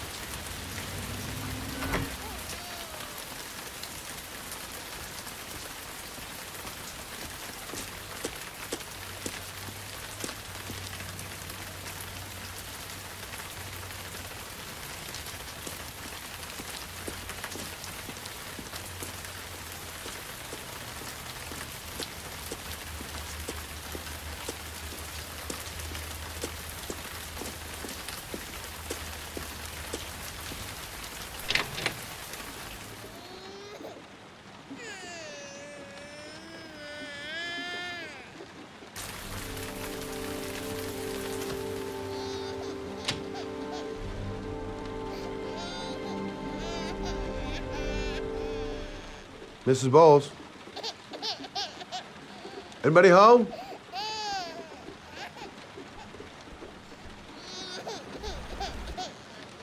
Oh, Jesus.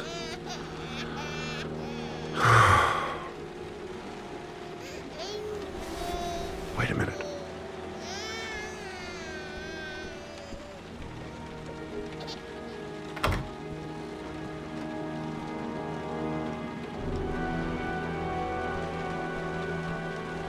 Mrs. Bowles?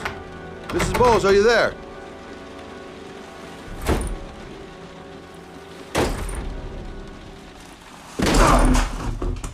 Oh, shit.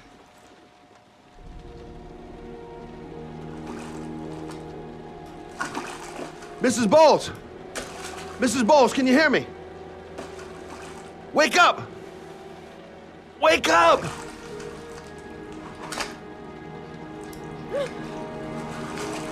There you go.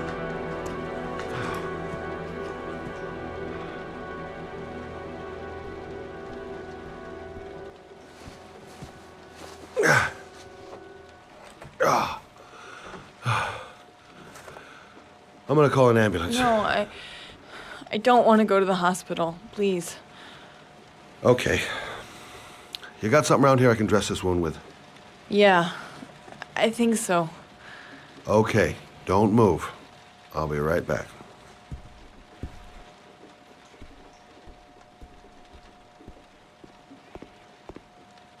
Let's see. I need this, and this, and this.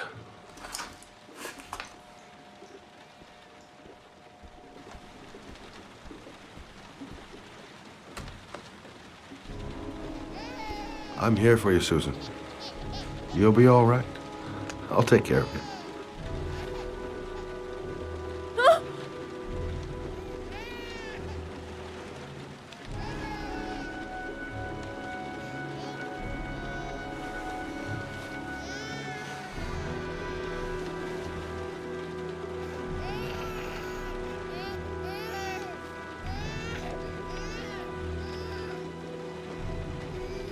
There, I done what I can. That should stop the bleeding. Well, luckily the wounds aren't too deep. Hey, how are you feeling? You okay? My baby. My baby needs me. Right. You stay there. I'll take care of the baby. Okay? Do you know what to do?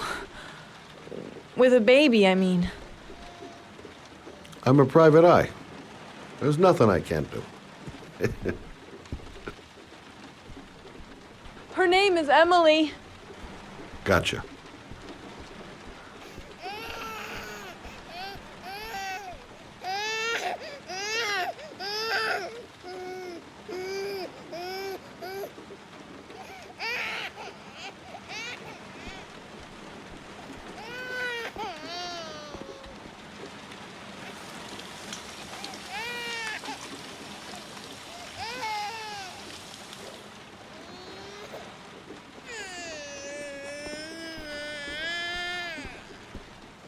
Hi there, Emily. So, what seems to be the problem, huh? Oh! Going by the smell, I got a pretty good idea.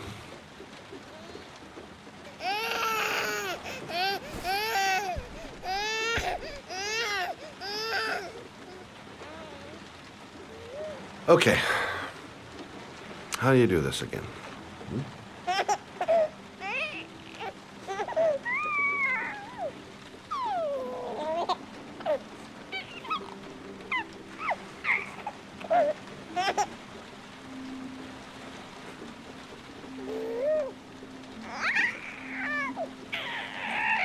There you go, fresh new baby. That should feel better. Right, Emily?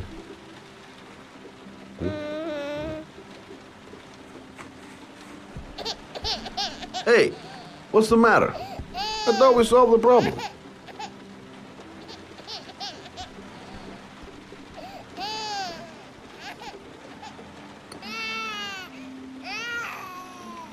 I guess I better warm this thing up.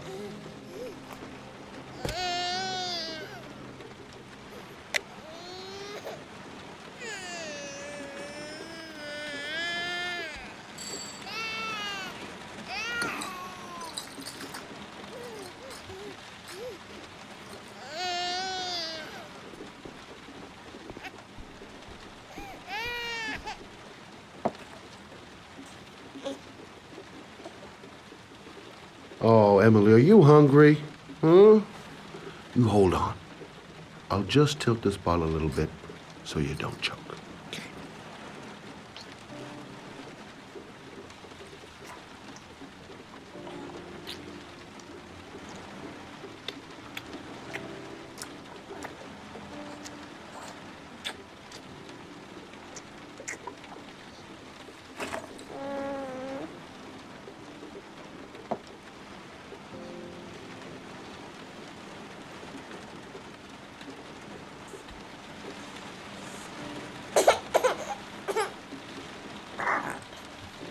Oh, good job, Emily.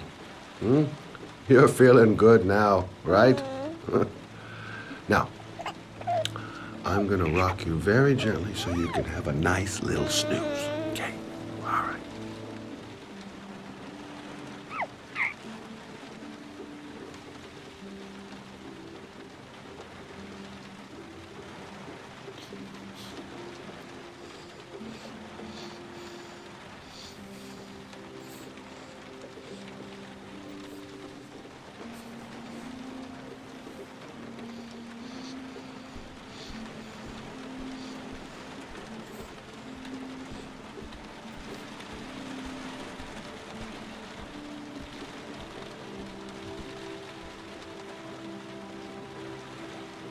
Thanks for looking after my baby. I didn't want to leave her. I just couldn't cope anymore. Just not having Jeremy around. He was such a good boy. Can't understand why anyone would want to hurt him. Do you take care of this baby on your own? Doesn't Jeremy's father live with you anymore? He disappeared. The day after Jeremy. I don't know what happened to him. Maybe he couldn't take it. Ever since I've had to look after Emily all on my own, and I couldn't do it anymore. I understand. Did your husband say anything before he disappeared? Did he leave a note or something?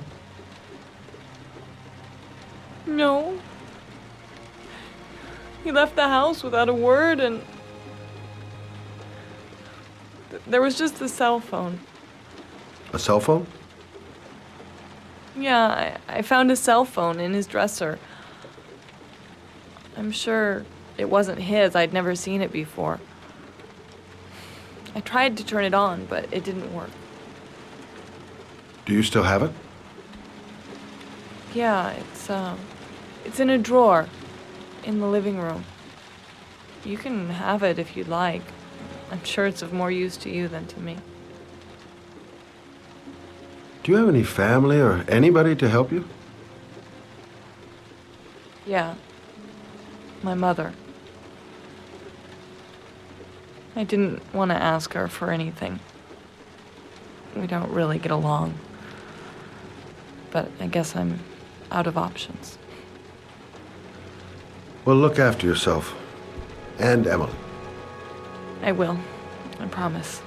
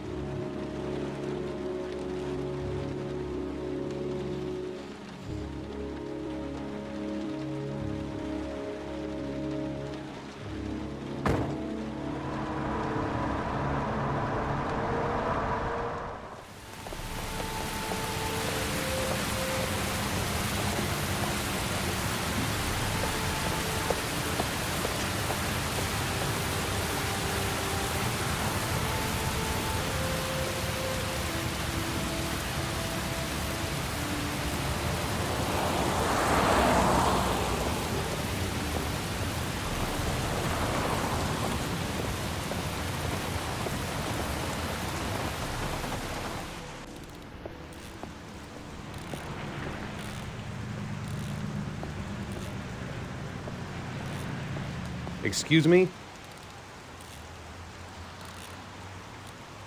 Hey!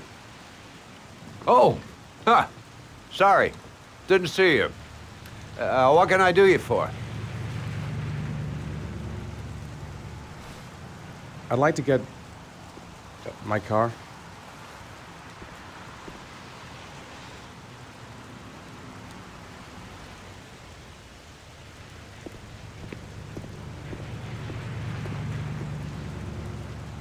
Hey, you're a pretty patient guy, you are. That car's been there for 2 years. We took it out for a drive every month and checked the tires and batteries, just like you said. Here, it's the 3rd floor down. The service elevator is at the far end of the garage. Thanks. Now, you have yourself a good one, Chief.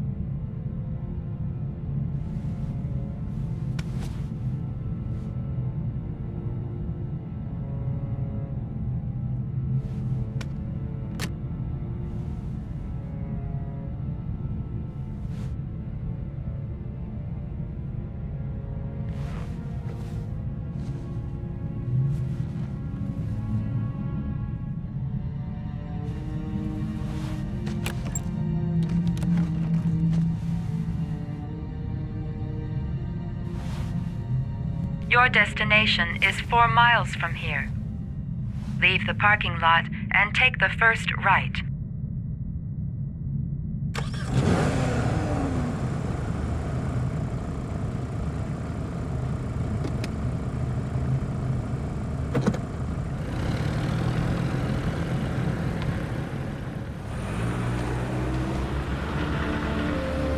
Take a left at the next intersection.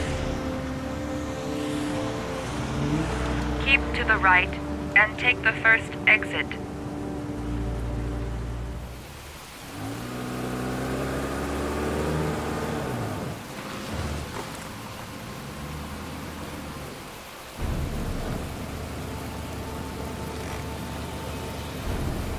You have reached your destination. Are you ready to show your courage in order to save your son? Listen carefully. Take the highway and drive against the traffic for 5 miles. If you haven't reached your destination in 5 minutes, you will have failed. I can do it. I'd do anything to save my son. If I succeed, I'll get more letters for the hangman. It's my only lead. No turning back now.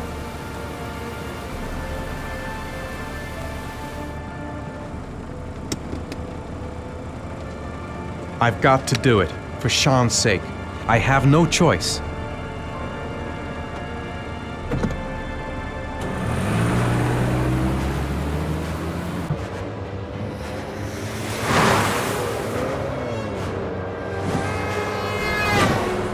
Come on!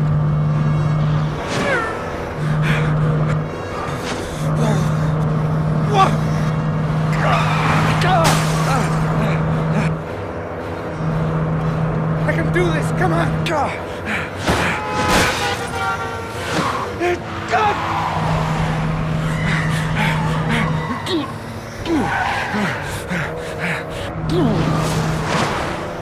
You still have 4 miles to go before you reach your destination.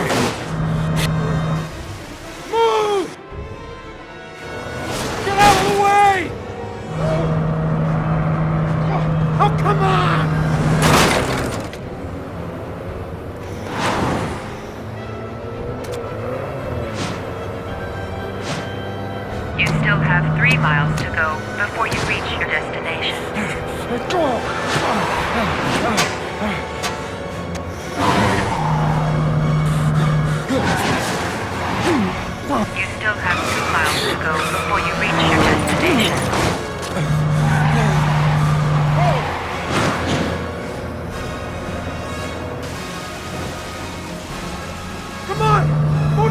goddamn way! Move out of the way! Come on!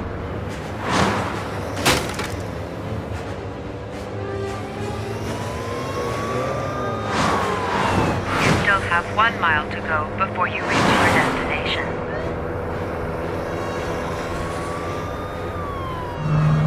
Oh, fuck!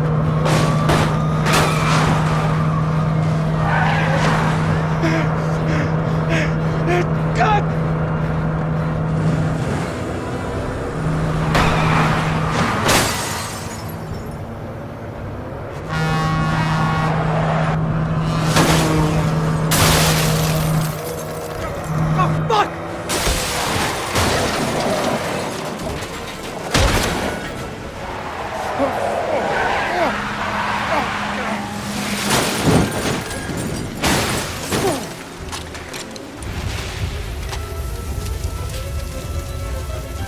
Destination reached.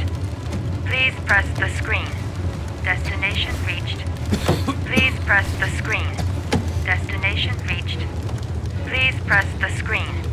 Destination reached. Your reward is in the glove compartment. The key is inside the GPS. Your reward is in the glove compartment. The key is inside the GPS. Your reward is in the glove...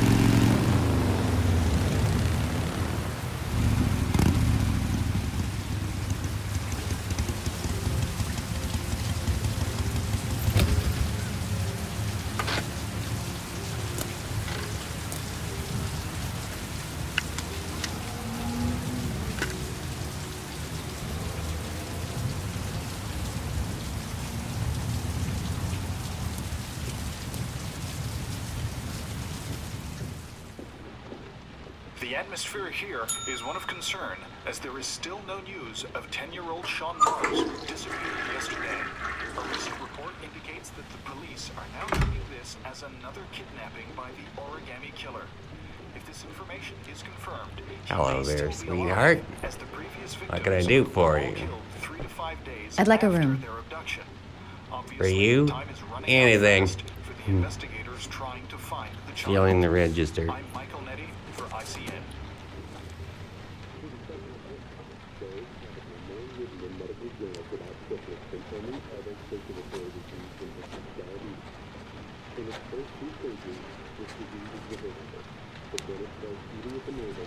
Madison, page 27, single. How long will you be staying with us, Ms. Page? I don't know yet. Room 201. Last floor, stairs on the right, in the courtyard. Thanks. The pleasure was all mine. That's for sure.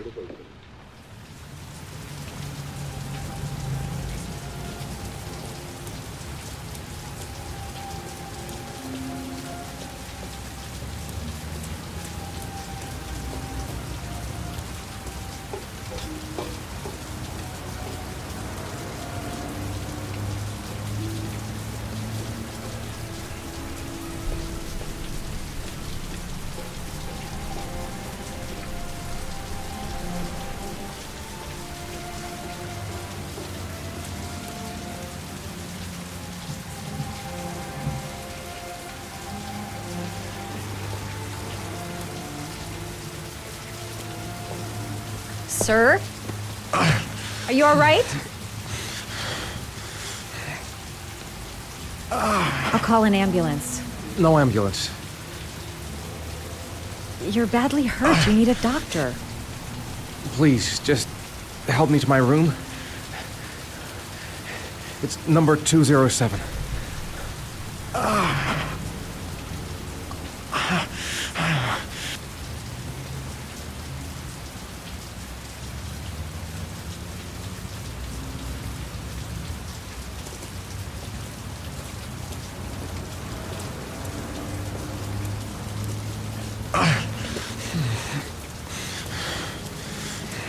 Have you got the key?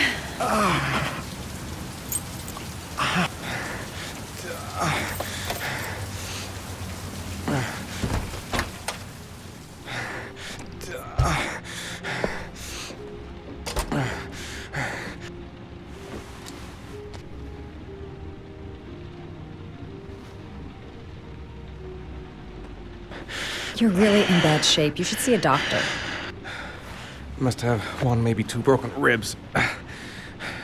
It's not fatal. But it's sore as hell. Your head is bleeding. It looks deep.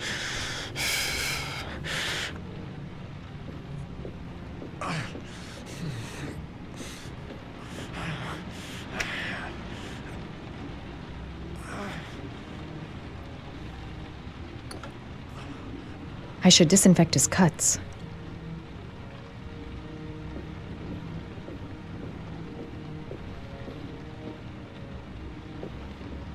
I'm gonna disinfect your wound. This might hurt a little.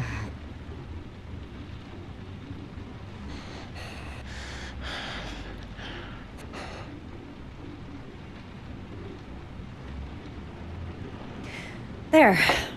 At least it won't get infected. Thanks.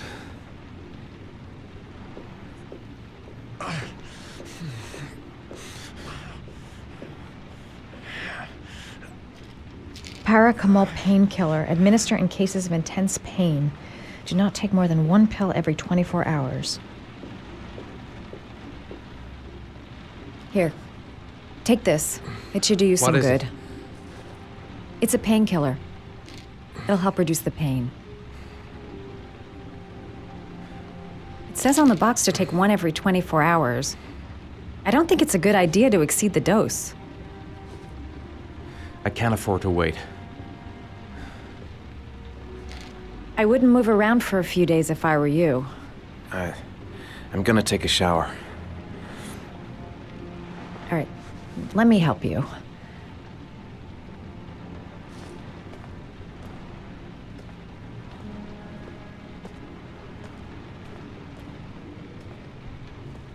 I'll wait here until you come out.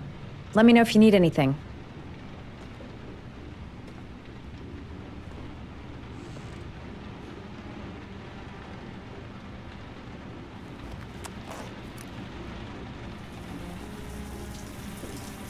Talk to me. That way I'll know if you pass out. What's your name? Madison. Are you staying in the hotel? No, I live in town. I suffer from chronic insomnia. I seem to only be able to sleep in motels. Don't ask me why. Whenever I get too exhausted, I come and spend a night here. I'm just passing through. And what else do you do, Madison? Apart from fixing up strangers. I'm a photographer. I take pictures of furniture for fashionable design magazines. And you? I'm an architect.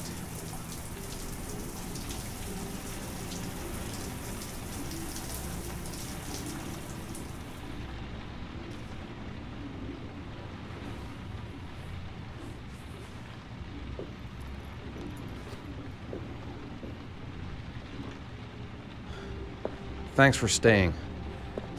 I feel a lot better now. Okay. I better get going then.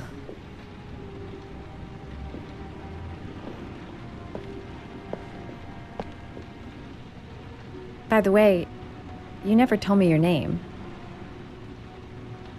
Ethan. Be careful, Ethan.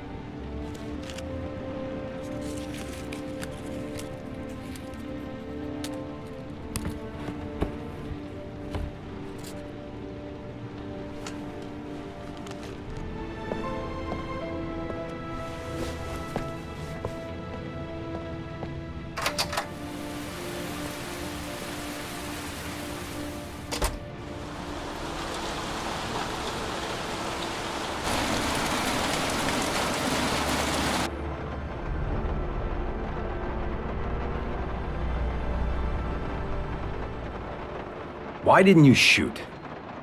Sorry? Well, back there. Nathaniel could have had a gun. Could have killed me. Why didn't you shoot? I prefer to have all the information before I make a decision. I try to make rational choices when possible. Oh, come on, you had a fraction of a second to react. You could have whacked me before you had time to move. Oh, I'm sorry. I thought you were a tough guy. A street cop who's been through the mill. I didn't think you'd scare so easily. Why don't you fuck off, Norman?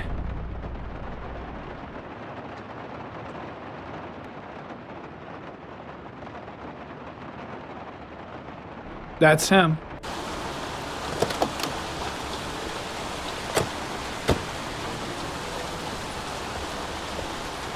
Miroslav Korda? Yeah? Lieutenant Carter Blake, I'd like to ask you some questions.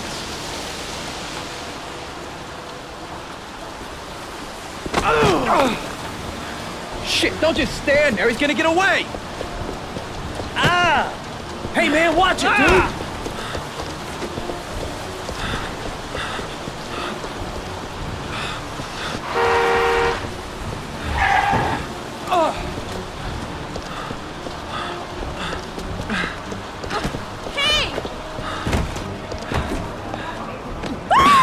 Watch it, man! Whoa!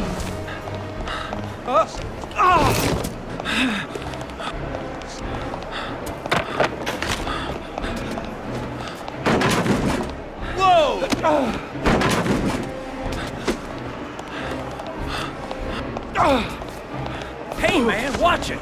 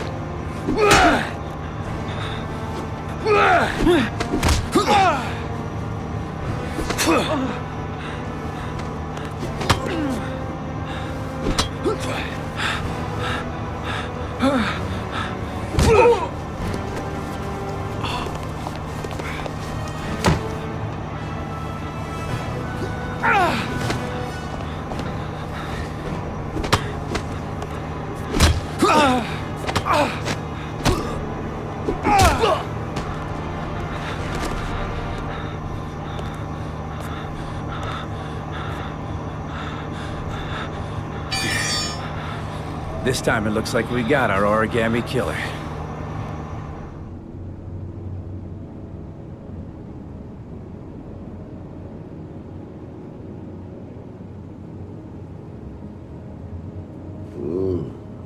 No.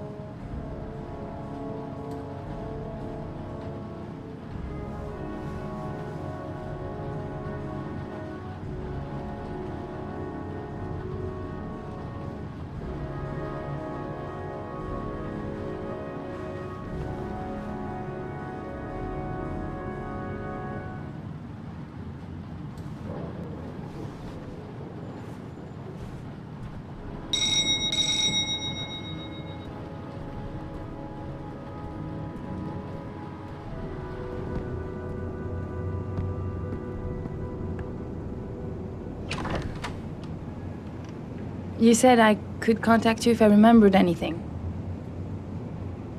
Can I come in? Sure.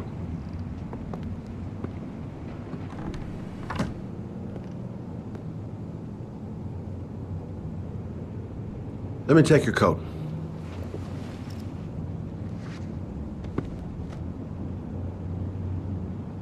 Please, take a seat.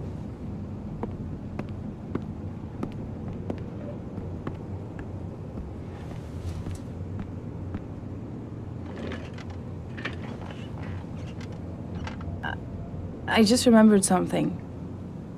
Maybe it's not important, but a letter arrived in the mail the morning Johnny disappeared. A letter? What kind of a letter? It was addressed to Johnny's father.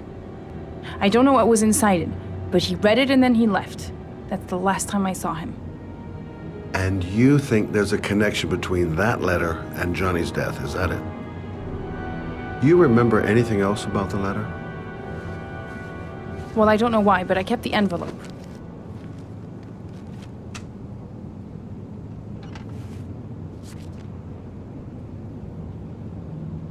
It was mailed in the Carnaby district, the day before Johnny disappeared. Nothing particular, except the address.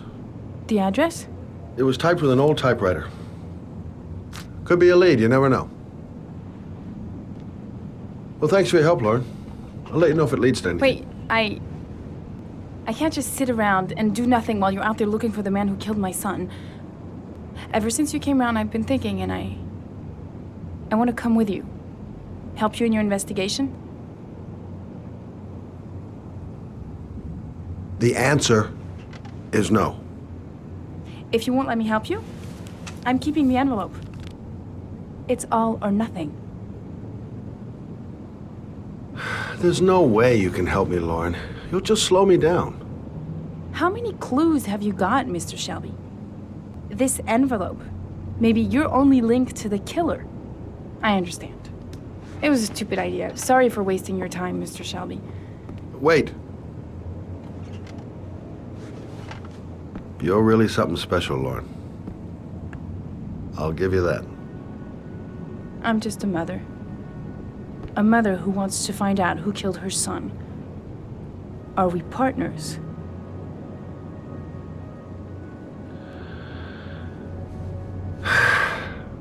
We're partners.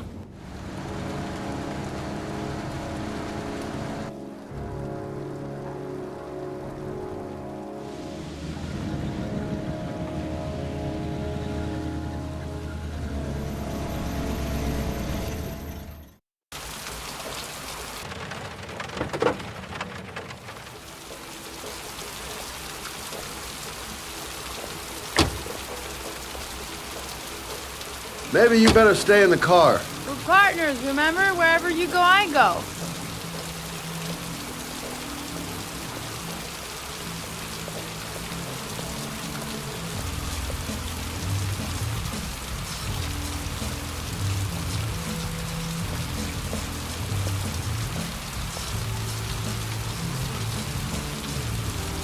What are we doing here? We come to see Gordy Kramer. Kramer? The bigwig tycoon from Kramer Construction? No, his son. You think maybe he's the origami killer? For now, I just have a few questions that need answers.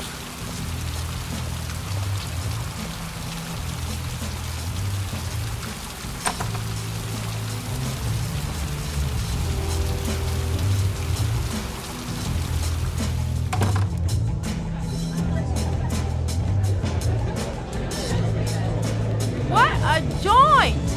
Kramer must be loaded. What'd you think he paid for all this shiny crap? We'll discuss Kramer's decor another time. Are we gonna be here long? This place gives me the creeps. I'm gonna go find Gordy Kramer. You stay here till I come back, okay? Okay, just let me know if you need me.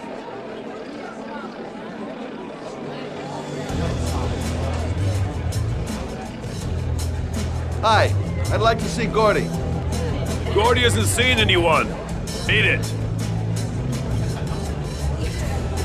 Look, you just tell him that Scott Shelby wants to speak to him, okay? You're starting to piss me off, man. Now beat it before I get angry.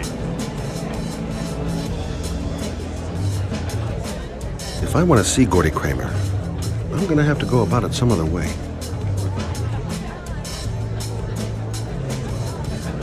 Whoa! You see that guy over there?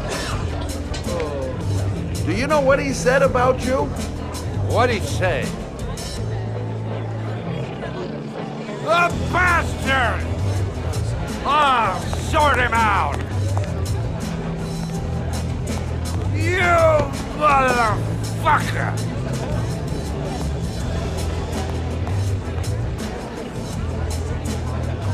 Were you talking about my mother, you big monkey in a cheap suit? You're thinking, oh, you think you're a big man. I'm a bigger man. You just know. Hey. Ooh, monkey. I'm talking to you, big ape. What are you saying about my mother? You get violent with me, my little friend. And you know who I am?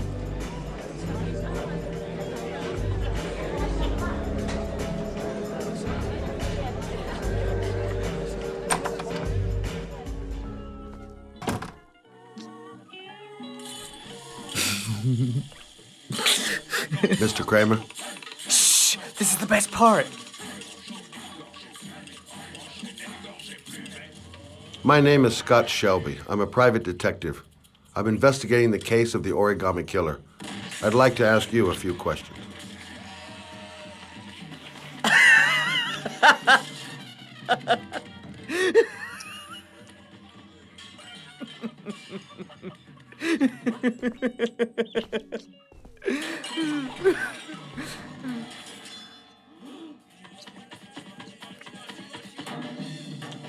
I'd like to know exactly what happened to little Joseph Brown. Beat it! You hear me? Get the hell out of here!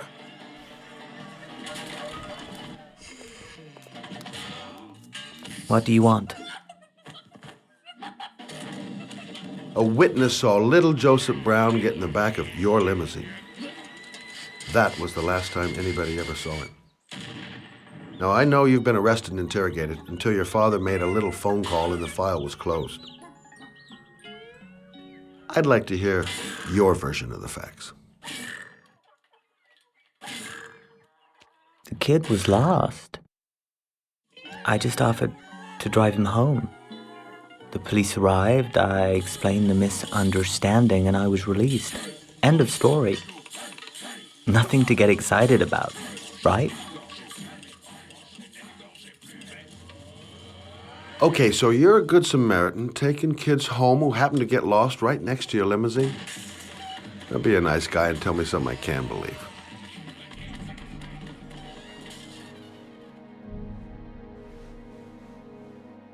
Very well. I'm the origami killer. I get my victims into my car. I drown them in rainwater. Then I dump them on a wasteland with an origami figure in one hand and an orchid on their chest. I do that because I'm bored, Mr. Shelby. And it's a creative and entertaining way of having fun. Is that good enough for you? Or do you want more? This interview is over. Get rid of this clown!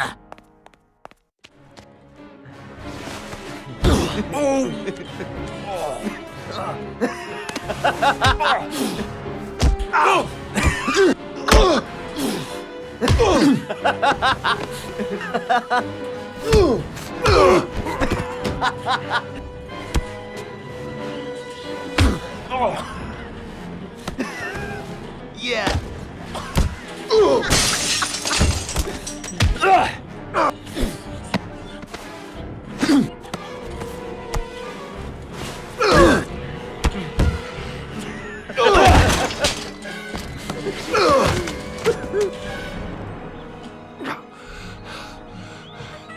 It's a dangerous game you're playing, Kramer. Do you know who my father is? He only has to lift one finger and you won't wake up tomorrow morning. You're the one that should be afraid, Mr. Shelby, not me.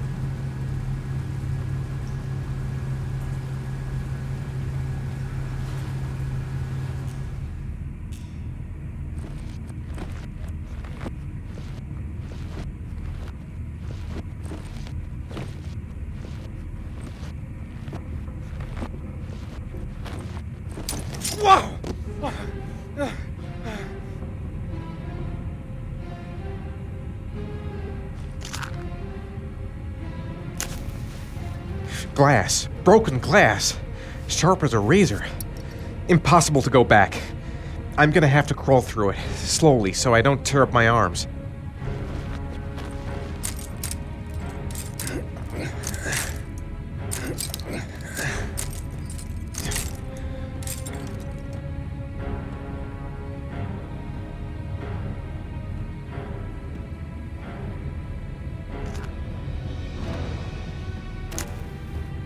The match flame. It indicates where the fresh air comes from. All I have to do is follow the wind.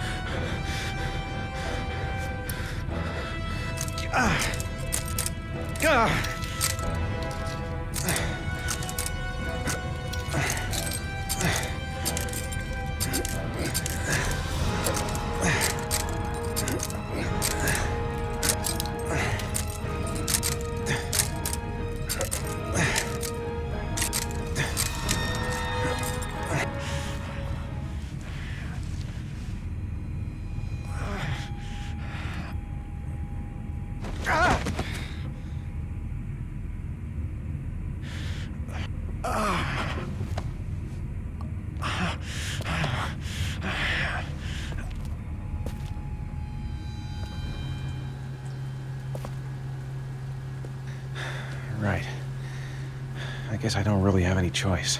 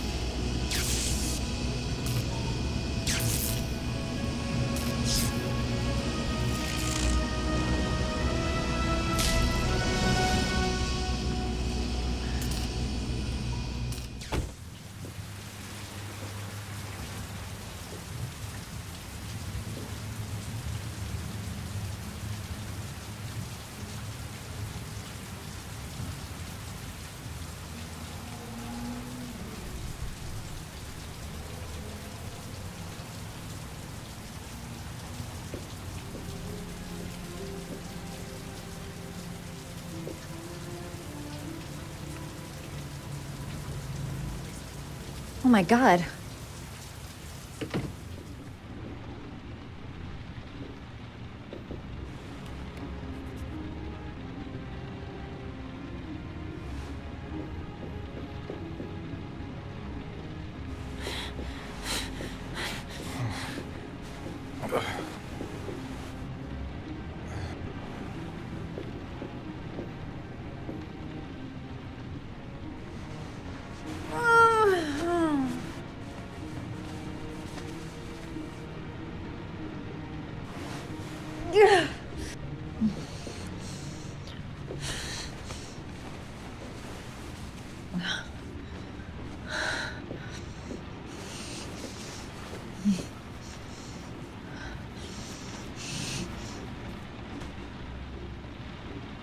Ethan. Ethan, can you hear me?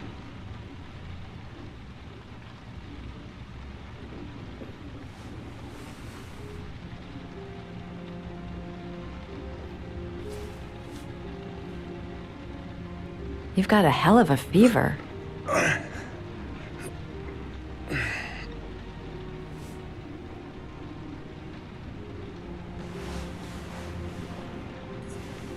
I'm gonna have to get your clothes off to disinfect those wounds.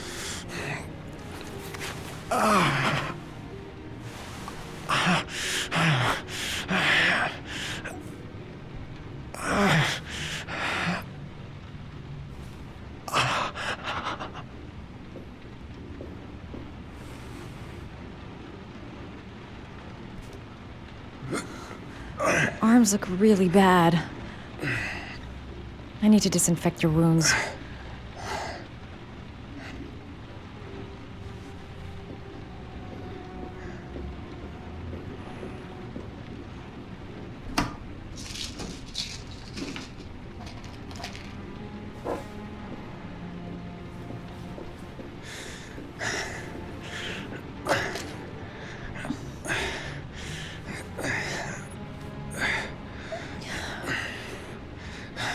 I'm no doctor, but I'll do what I can.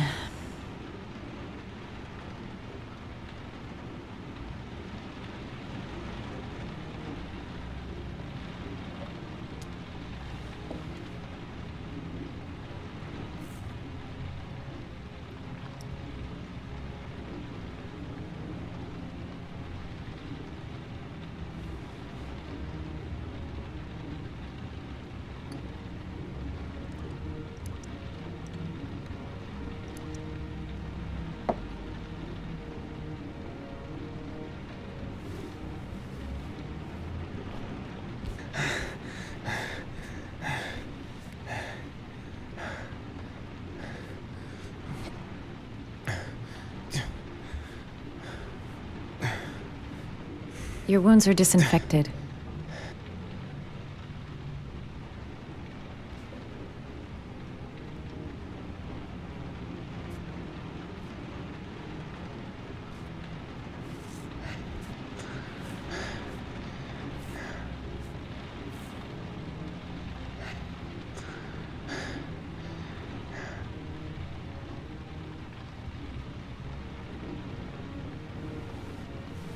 He's unconscious.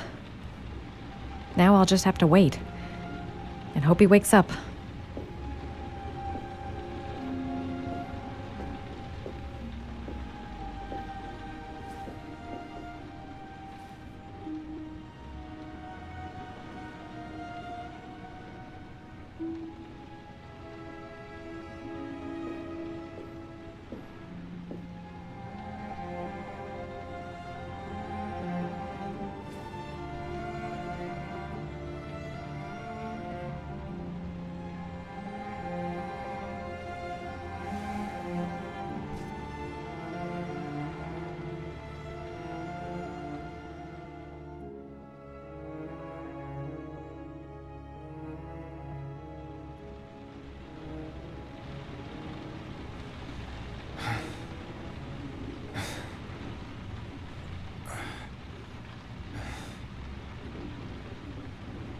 How do you feel?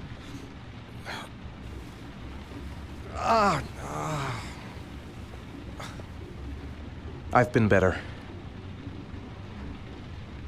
Was I out for long? About 3 hours. Why the guardian angel act? You don't even know me. You didn't really leave me any choice. I couldn't just leave you like that.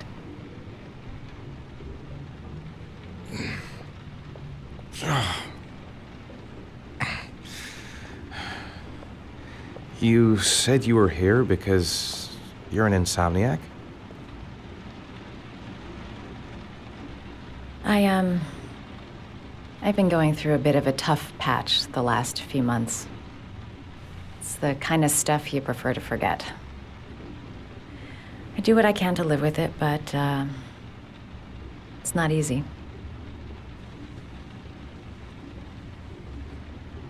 That's the second time I found you in a bad way. You always seem to be running for your life. What's happening, Ethan?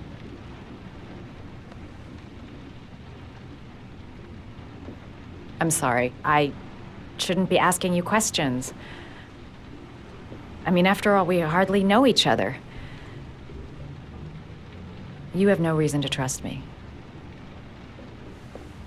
Listen, I'm truly grateful for your help, but for your own sake, I think it's better if you don't ask any questions.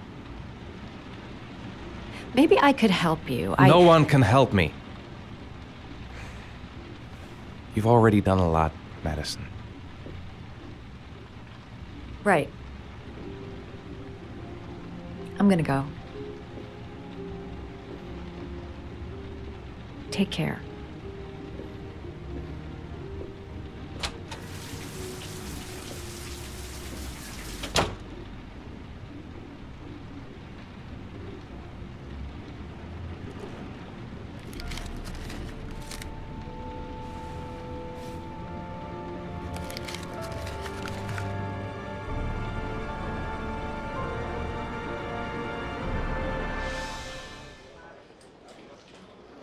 I didn't do it. I swear I didn't do it. I've got nothing to do with that business. I never killed nobody. Oh, no? Then why did you run away when they came to question you? I already told you I forgot to report to my parole officer. I didn't want to go back to prison. When I saw the cops, I just bolted. I wasn't thinking straight. We checked out his statement. He has an alibi for at least 3 of the murders. Fuck, that bastard was a perfect fit. Shit!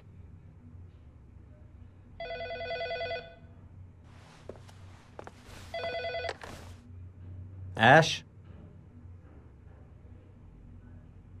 Okay. Shaun Moss's mother's here. She'd like to speak with you.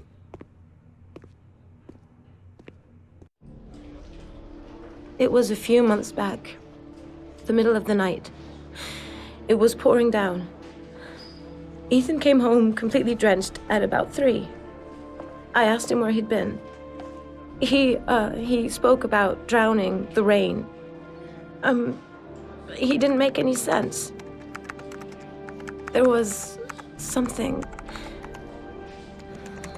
in his eyes. As if it wasn't really him. There may be no connection, but the next day there was that announcement about another victim of the origami killer.